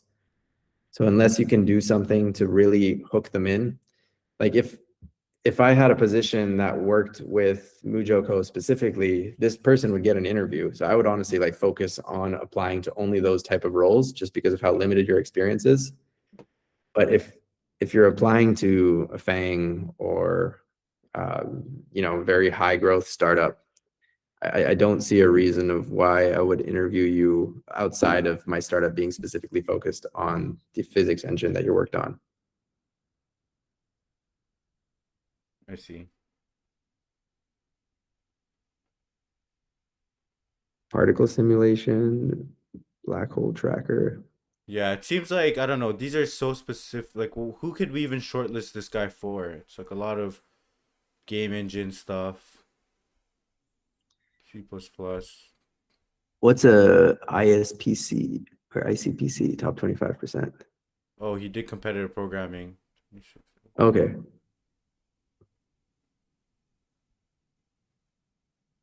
Yeah, I would for this person, because they're so junior, the only way to stand out is if you have a strong focus and strong interest on one thing. So try and make that thing be related to your current job, which is in the gaming sector. See if you can make some projects around gaming, specifically with the physics engine as well. And so that way all of your focus is on one field, and then you need to beat the competition on something, right? I see. All right, thanks, Donald. That was a good session, man. We peaked at like probably like 80 people watching at once. So I think people Nice. enjoyed this. We should get you on some more some other time. We'll just Let's keep do it. grilling resumes. But have a good day, man. Thanks for hopping in, and I'm sure the chat appreciated it. You gave a lot of sauce on ATS, how you look at resumes, telling a story, showing the business impact, all that. That was good. Perfect. Thank you, All James. right, Thank you for man. having me. See ya. Godspeed. See Bye. ya.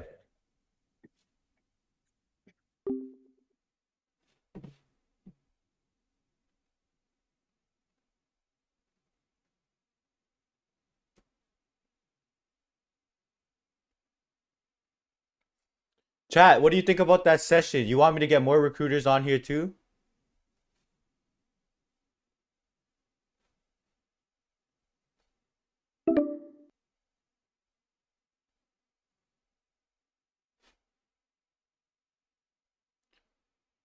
Okay, but if it's present club experience, why does it say May 2026? May 2026 hasn't happened yet, Nardo.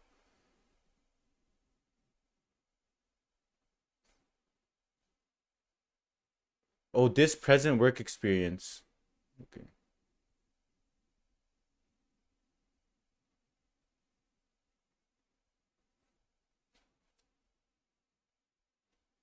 Okay, who wants their resume review? I got 15 more minutes and I gotta go to sleep.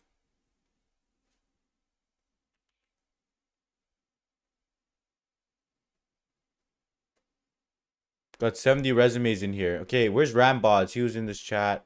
This guy's is decent.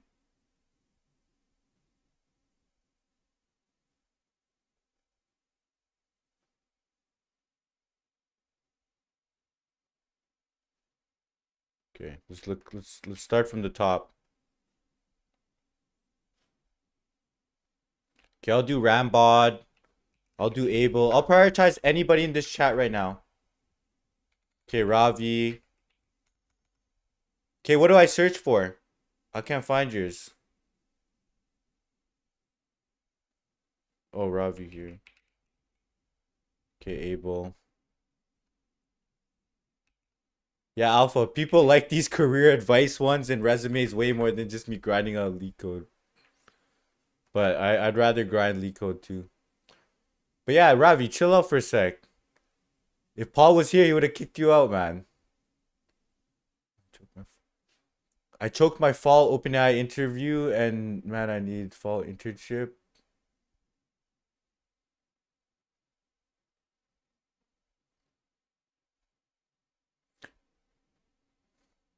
Okay, I'll look at like a few more. 1, 2, we got 3. Bro, anonymize your stuff. Why is everyone just putting their straight numbers on it and stuff? Okay, some kids are tweaking. Holy.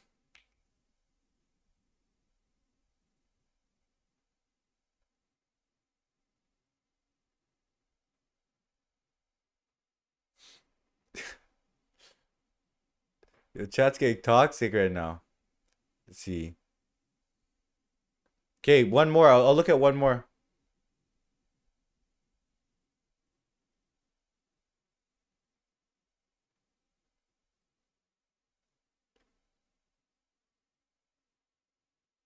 Okay, Rambods sold Google.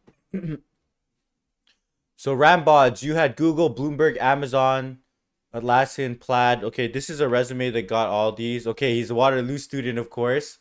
Oh, we already reviewed your resume. Rambod, we already reviewed your resume.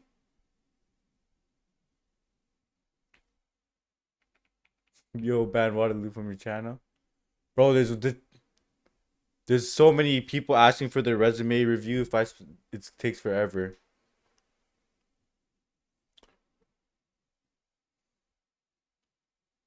We'll get through them for sure. Okay, who's this person? Who in the chat is this guy? Okay, we're gonna go one by one.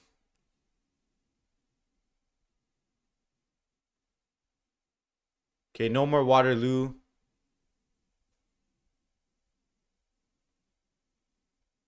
Okay. I'm gonna review one more resume. Okay, let me look for some good one. Let me actually read them. Abel only had 2 interviews this year. Okay, I'll read this, guys. Rochester Institute of Technology. How many places did you apply for?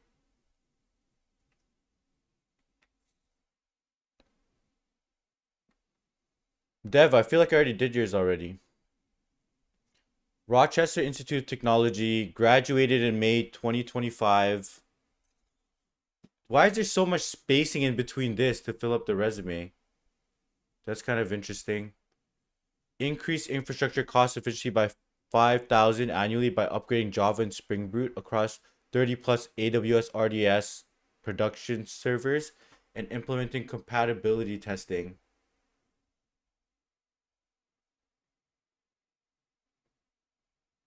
I don't know. Increase. I would just say, I don't even know. That bullet point is okay. Improve software release reliability by 20% by collaborating with DevOps. Wait, let me get some water. Holy.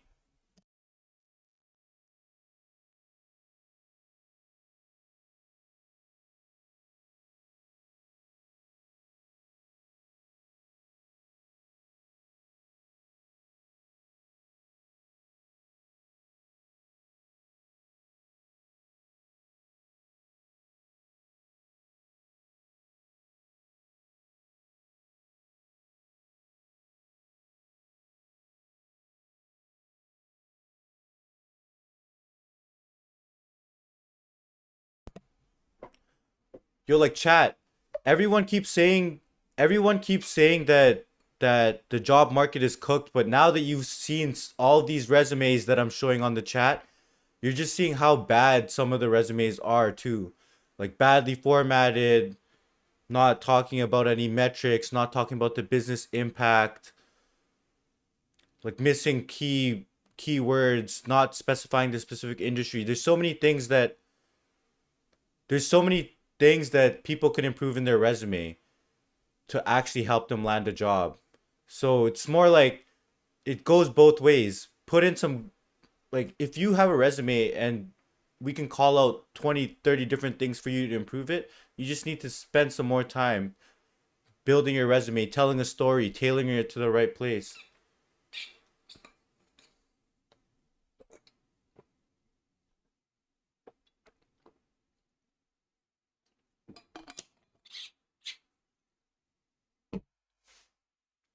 People are like, oh, I built this REST API on Node.js with Postgres backend. And then they didn't even say what business impact or anything.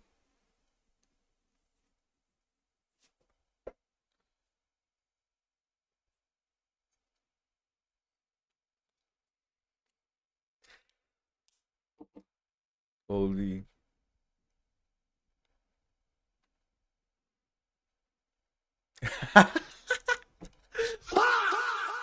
Alpha Alpha hit this guy with the spam.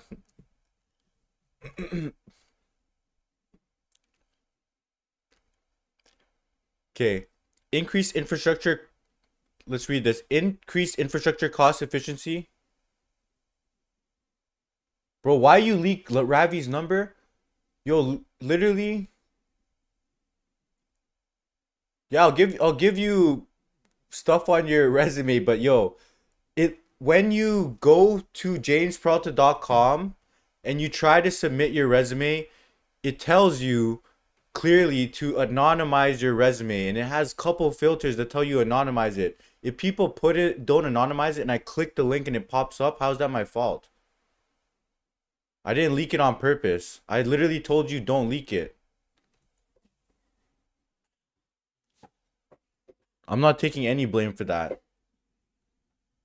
Bro leaked his own number, so don't even be saying I leaked his number.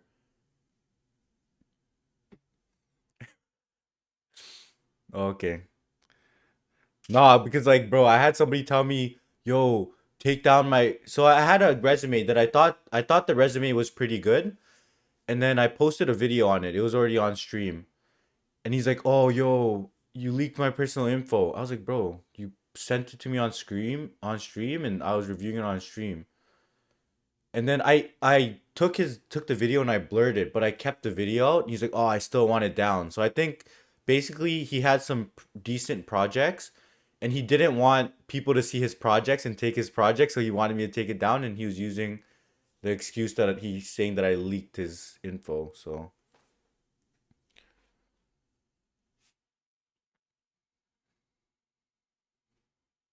man's trolling. So for this one, I'm already wondering why there's like all this extra spacing. It's probably with the formatting. To fix this, maybe you could bring up this line up by one.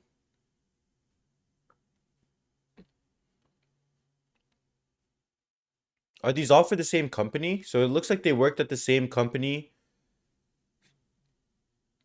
Did they get the internship all in the same company? 3 different internships? Increase infrastructure cost efficiency by 5,000 by upgrading Java and Spring Boot. I don't know. This is not really a technical bullet point. You just went in to the RDS servers and upgraded them.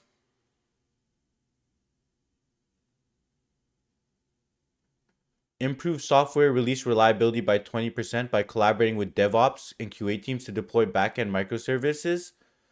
So what did you do in it? You improved it by delegating it to DevOps and QA? Like, what did you do specific here?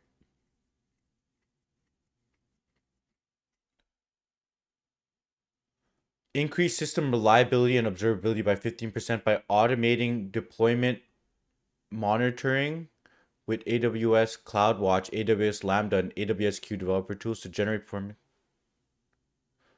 I don't know. This is kind of this bullet point is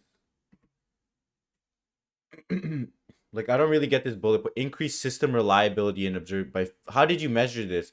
So it looks like you just hooked in everything into AWS CloudWatch, Lambda. Okay, and then you generate performance metrics. This is like it's an okay metric. The bullet doesn't really stand out. I see what you're trying to do there. You try to improve the observability by just hooking the system up into these other systems and generating some metrics and alerting. Reduce manual deployment effort by 80% by developing an automated CI/CD pipeline for Horizon software updates using Git. Man, these are kind of just like basic bullet points. Is this company a startup? Because all companies are gonna have CI/CD.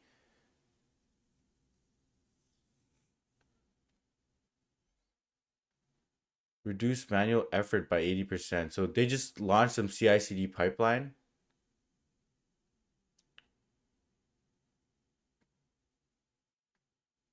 Improve application security and code integrity by identifying and removing vulnerabilities such as SQL injection risk and unsanitized inputs. Man, it just seems like they're just doing like surface level stuff, setting up a CI/CD pipeline, fixing one SQL injection risk. hooking up. These are like 1 to 2 day, 3 day efforts for each. I want to see like a project. I want to see something that they shipped. I want to see business impact. Seems like they're just getting random tasks and they're kind of fixing those random tasks. It's not really that technical and that compelling. It's not really impressing me at the moment. Yeah, this is just surface level stuff. Yeah, that's my thing on here. It's not no business impact, surface level. It seems like you're just picking off tickets, and a lot of these are kind of one. Each bullet point is sort of like one ticket that you solved, maybe two or three. But I want to see that you've took on big projects or big features. I want to see that you drove business impact. I want to see the complexity and the scale of the things you're working on. This is not really showing that at all. So I would have to pass on it.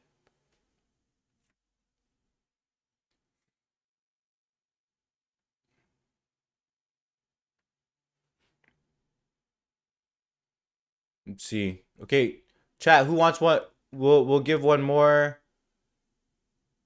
Let's see if there's any interesting ones.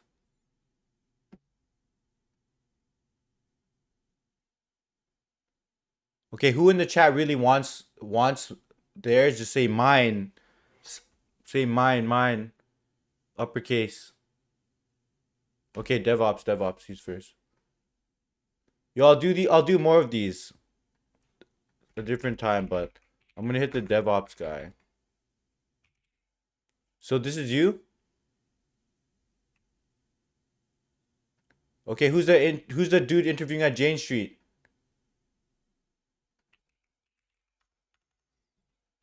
Okay, let me look at this Jane Street guy. Are this resumes for somebody who got an interview at Jane Street? So let's take a look. Already I'm seeing some big names in here working at Perplexity, Microsoft, etc.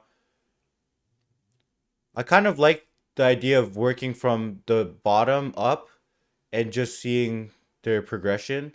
So they started off in May as a software engineer intern at this random, I don't know this place. Bro, the formatting is just kind of bad. It's hard for me to read this. For in these cases, I would probably bold some of the metrics and the impact.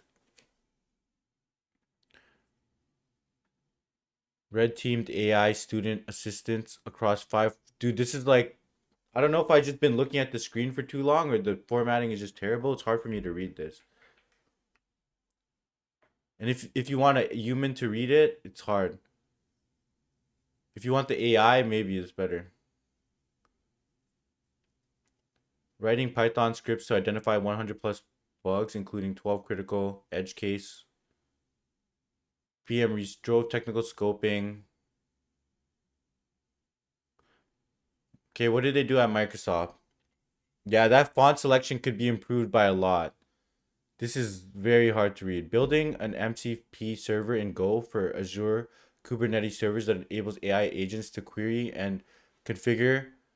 Okay, I like that. That's pretty useful. Building an MCP server.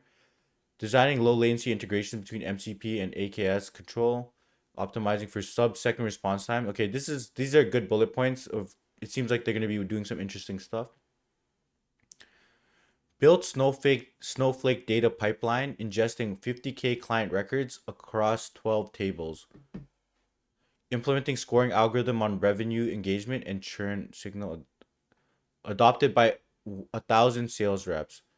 So I like this bullet point because it's they built a data pipeline. You see a lot of resumes where they just say they built some data pipeline in Snowflake, but this is actually saying how many records it's ingesting. It's showing how many people adopted it, and it's also telling us a little bit about what it's about. It's the scoring algorithm.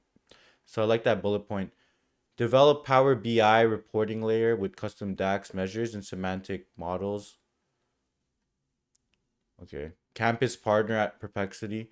Organized and led. I don't know if this, I would throw this in my work experience. I would probably throw this somewhere into like my leadership or something. So let's look at their research. Predicted market quantitative trading engine. See, okay, this is a really good. I think this is very.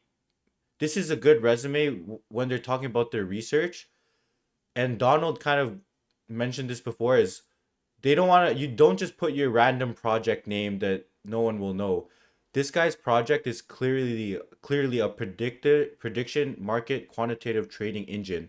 Imagine he just said like Stockify or Stockly or whatever, some random name he named it.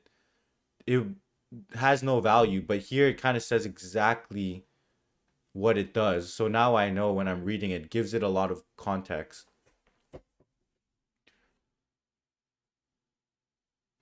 Building systematic. So a lot of these things he's doing currently. Agentic AI knowledge graphs. Analyze 100 plus AI deployments across finance, healthcare, and manufacturing. So you could see that this person, his resume is tailored to quant. It's tailored to a company like Jane Street or Citadel. He's building predictive market technologies. He's building agentic AI with that's specific to finance. He has other experience that kind of that looks kind of adjacent. So I could see why this person got shortlisted. He's working with a lot of data. He's building he's doing a lot of things in data. So I think this is a good resume for tailoring it. Imagine he sent this resume to like a front end or a full stack role or a healthcare company. It wouldn't be as cool as sending it to Jane Street, or it wouldn't be as tailored if you're sending it to those other companies. So this one looks super tailored, which is good.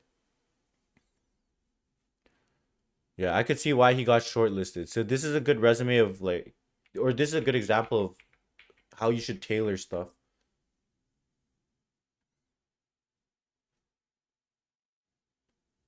Okay, DevOps. I don't know much about DevOps. University of Western Ontario. A lot of Canadians in here.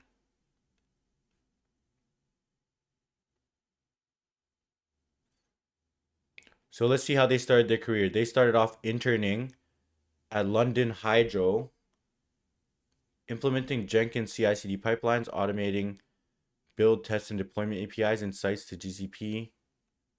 Use Terraform, develop multi-channels. Okay. So they're just doing their software internship, learning a few things like CI/CD pipelines, infrastructure as code, building a virtual system with Twilio. Okay. They moved on to working at General Dynamics.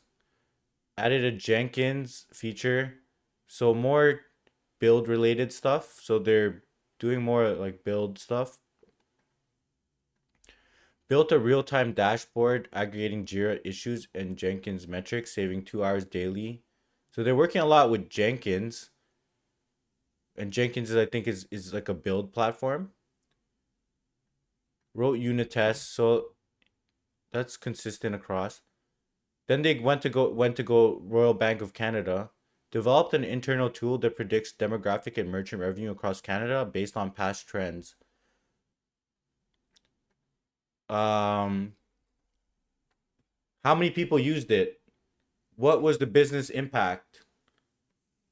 You could add so much more to this bullet point. It just seems like, oh, I did this, and then what? You did this, and what impact did it have?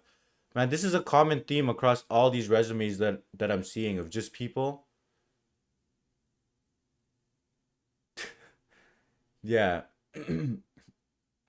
Like this is you could already see that developed an internal tool that predicts there's so much things you could add here. How and like I've already said it so many times this stream. What are the metrics? What's the business impact? What is the use case? How many people are using it, etc. Quantify. Quantify everything. It gets better up here, but I don't know. These bullet points are kind of bad, and that sucks because Royal Bank of Canada is a good company. You should be able to add some good work experience here, and this could have been a strong bullet point, but it ended up not being. And then they finally switched So how did they go from DevOps engineer to director and then back to DevOps? Interesting. Alpha, I'm down. Now that we reviewed so many of these, we could probably do that. Developed an internal tool that syncs 7,000. I don't know. This resume, like, I need more context. Who are you applying for? Where are you trying to get a job? Let me just look at his recent one. Implement RPM signing and HashiCorp Vault for secrets management across 700 plus build pipelines. So it seems like they're still doing a lot of build stuff even to this day. Integrated SonarQube static analysis into pipelines with 300 plus. So it seems like, yeah, it seems like when I'm looking at this resume, it seems like they're doing a lot of stuff related to like automations, like build pipelines, GitHub Actions, vulnerability checks on repositories, everything related to once the code is shipped, all of this processes that happen after the code gets in the repository. I think, yeah, I would probably only be able to shortlist this person for those kind of roles, but it doesn't really give me good signal on, oh, I'm building this new startup or I'm building like for product roles and infra roles, I don't really see anything that's compelling here. With infra roles, are they handling large amounts of data or real-time traffic? Are they handling race conditions in real-time traffic, replication issues? If they're a product role, are they working with product managers and solving business use cases? There's so much. I could pretty much only hire this person for like optimizing my existing workflows and build pipelines and GitHub Actions and stuff like that. That's the sense that I get from this resume. But all right, chat, we got a crap ton of resumes. We already spent like 2 hours on it. But even for DevOps, I don't. Is it a good resume for DevOps? I'm more of the stuff that I'm seeing on his resume was offline systems. So the build pipelines, GitHub Actions and stuff like that, those are all offline systems. For somebody working in DevOps, I would want somebody who is working on online systems. You know what I mean? Like, isn't DevOps more you're making sure that the system is up and running and online?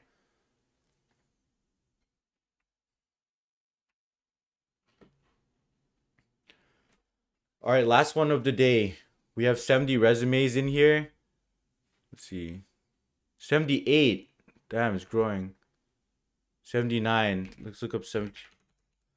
Okay, we're going to finish off with this person who's applied. So this is a pretty wild situation.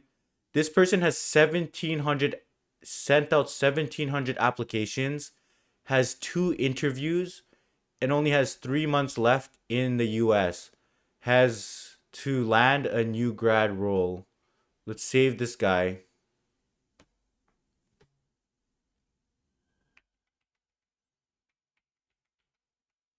All right, first off, bachelor's in computer science, 3.5 GPA. I think similar to what we had a recruiter on the stream. He said under a 3.6, don't include it. So I probably wouldn't include that 3.5 GPA based on what he said. 4.0 masters, pretty much everyone gets a high GPA in their masters. So let's take a look at this. So they have the skills at the bottom. They have some projects. AWS Cloud Facial Recognition app. See, for the project, I like how his project just says exactly what the project does instead of saying their random app name. Because there's a lot of random app. People would just say Cloudify, Appify, Faceify, and no one knows what this project, or no one knows what your project is. So might as well just say exactly what the project does. So now I know it's a facial recognition app. Deployed an AWS pipeline using EC2, S3, Lambda, and SQS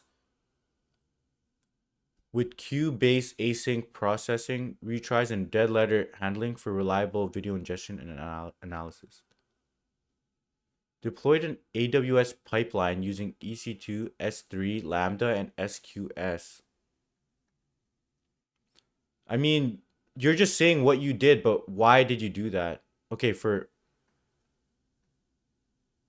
video ingestion and analysis. Okay, you built this pipeline to handle reliable video ingestion analysis. Okay. I feel like there's still stuff missing from there.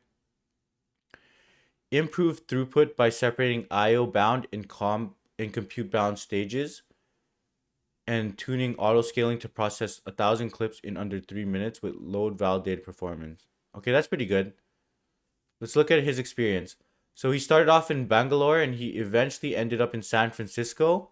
So it seems like pretty good trajectory. He's working in some tech hub in another country, and he was able to make it all the way to the US, to New Jersey, and then to San Francisco, pretty much the Silicon Valley, the heart of the tech, or heart of technology, heart of where all the tech companies are at.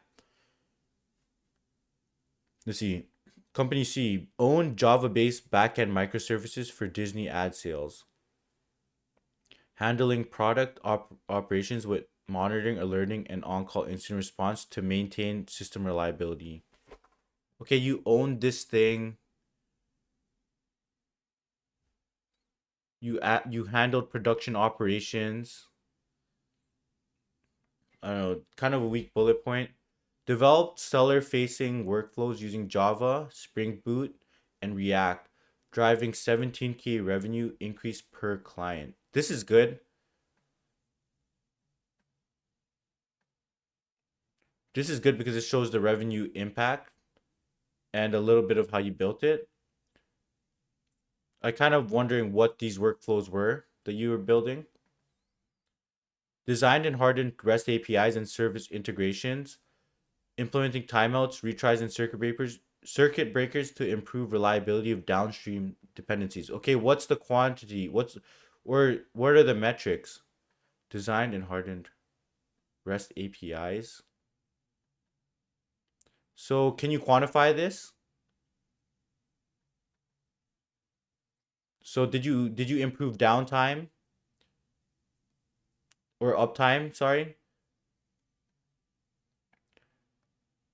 Containerized services with Docker and deployed on Kubernetes, improving system reliability and enabling horizontal scaling to handle peak traffic.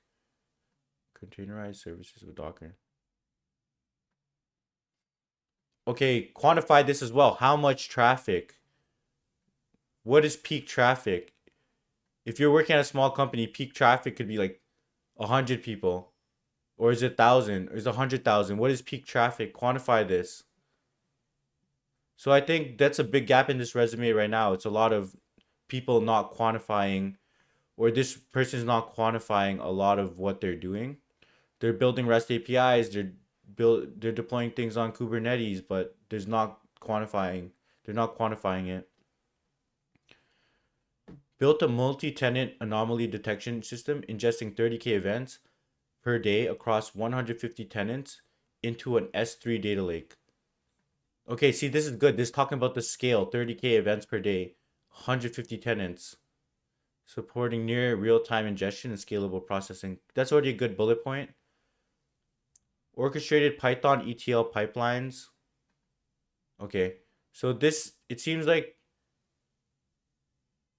they're building some back-end related stuff. This is more data engineering specific. Yeah, like ETL pipelines and data ingestion. Architected and shipped an AI inventory assistant.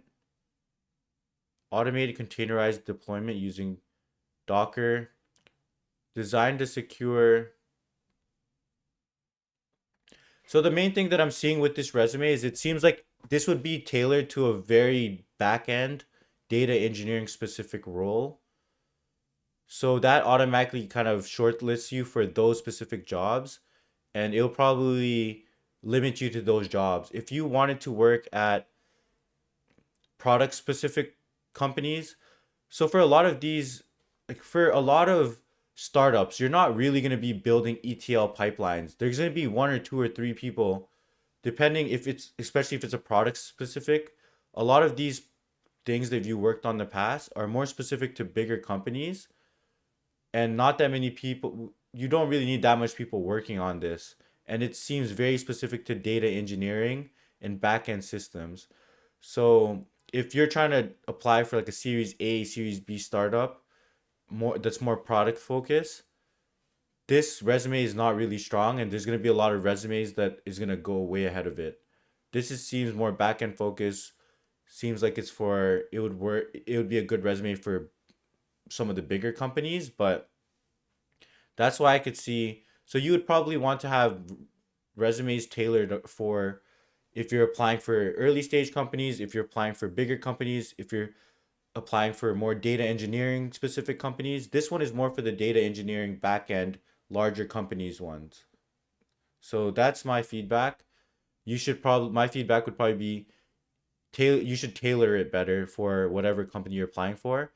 And this one's very specific, which is good. You'll probably get interviews for those data engineering and back end specific ones. But if I was to try to hire you for a Series A startup, Series B startup, product focus, and a lot of companies are Series A, Series B product focused companies, especially when you start out, you're going to be using a lot of open source software. So you're just focused on the product, and you're going to be using a lot of open source software. A lot of this stuff is not that important if you're a smaller company. And a lot of those companies are hiring. My advice would use probably try to get into those companies because they're the ones actively hiring. And I would tailor these resumes to hit those companies. But hope you find something. If you, what I'll say is like if you let me ask you this if you're still in the chat. Did you apply to 1,700 places all with this same resume? Because if you applied for 1,700 places all with this same resume, I could see why you only got shortlisted for a couple of them because this is a very specific resume.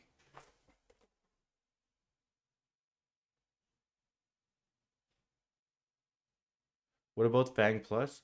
It could work at Fang Plus, but still. I don't know if it'd really work for Fang Plus because it could get shortlisted for Fang Plus, but Fang Plus is like 4 or 5 different companies, and all those companies are laying off and freezing hiring. So I don't know if I'd shoot for that. Okay, you've had multiple resumes, but it seems like you have one resume and then you're iterating on it.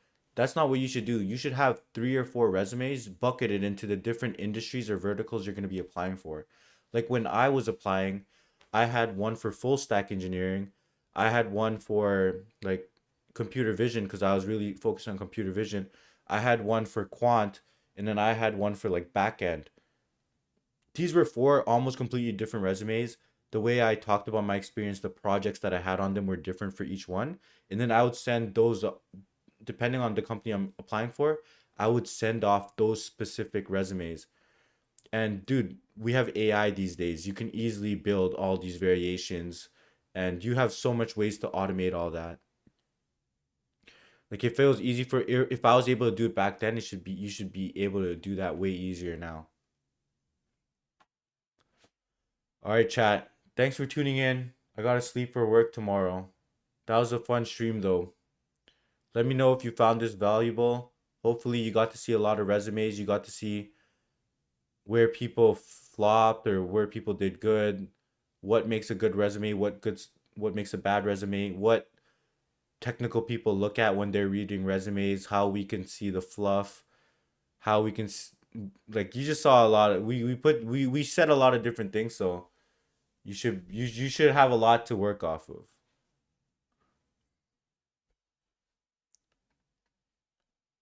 All right, chat. Thanks for tuning in. Appreciate y'all. Peace. This is not my main thing, really I'm a coder. Coffee stains and name chains. I am such a loner. San Francisco bases got me slowly taking over. I can't wait to show you that I'm gonna take it over. Lico, beast mode, Lico, beast mode, Lico, beast mode, Lico, beast mode, Lico, beast mode, Lico, beast mode, Lico, beast mode, Lico, beast mode. This is not a main thing, really I'm a coder. Coffee stains and name chains, I am such a loner. San Francisco bases got me slowly taking over. I can't wait to show you that I'm gonna take it over. Lico, beast mode, Lico, beast mode, Lico, beast mode, Lico, beast mode, Lico, beast mode, Lico, beast mode, Lico, beast mode, Lico, beast mode.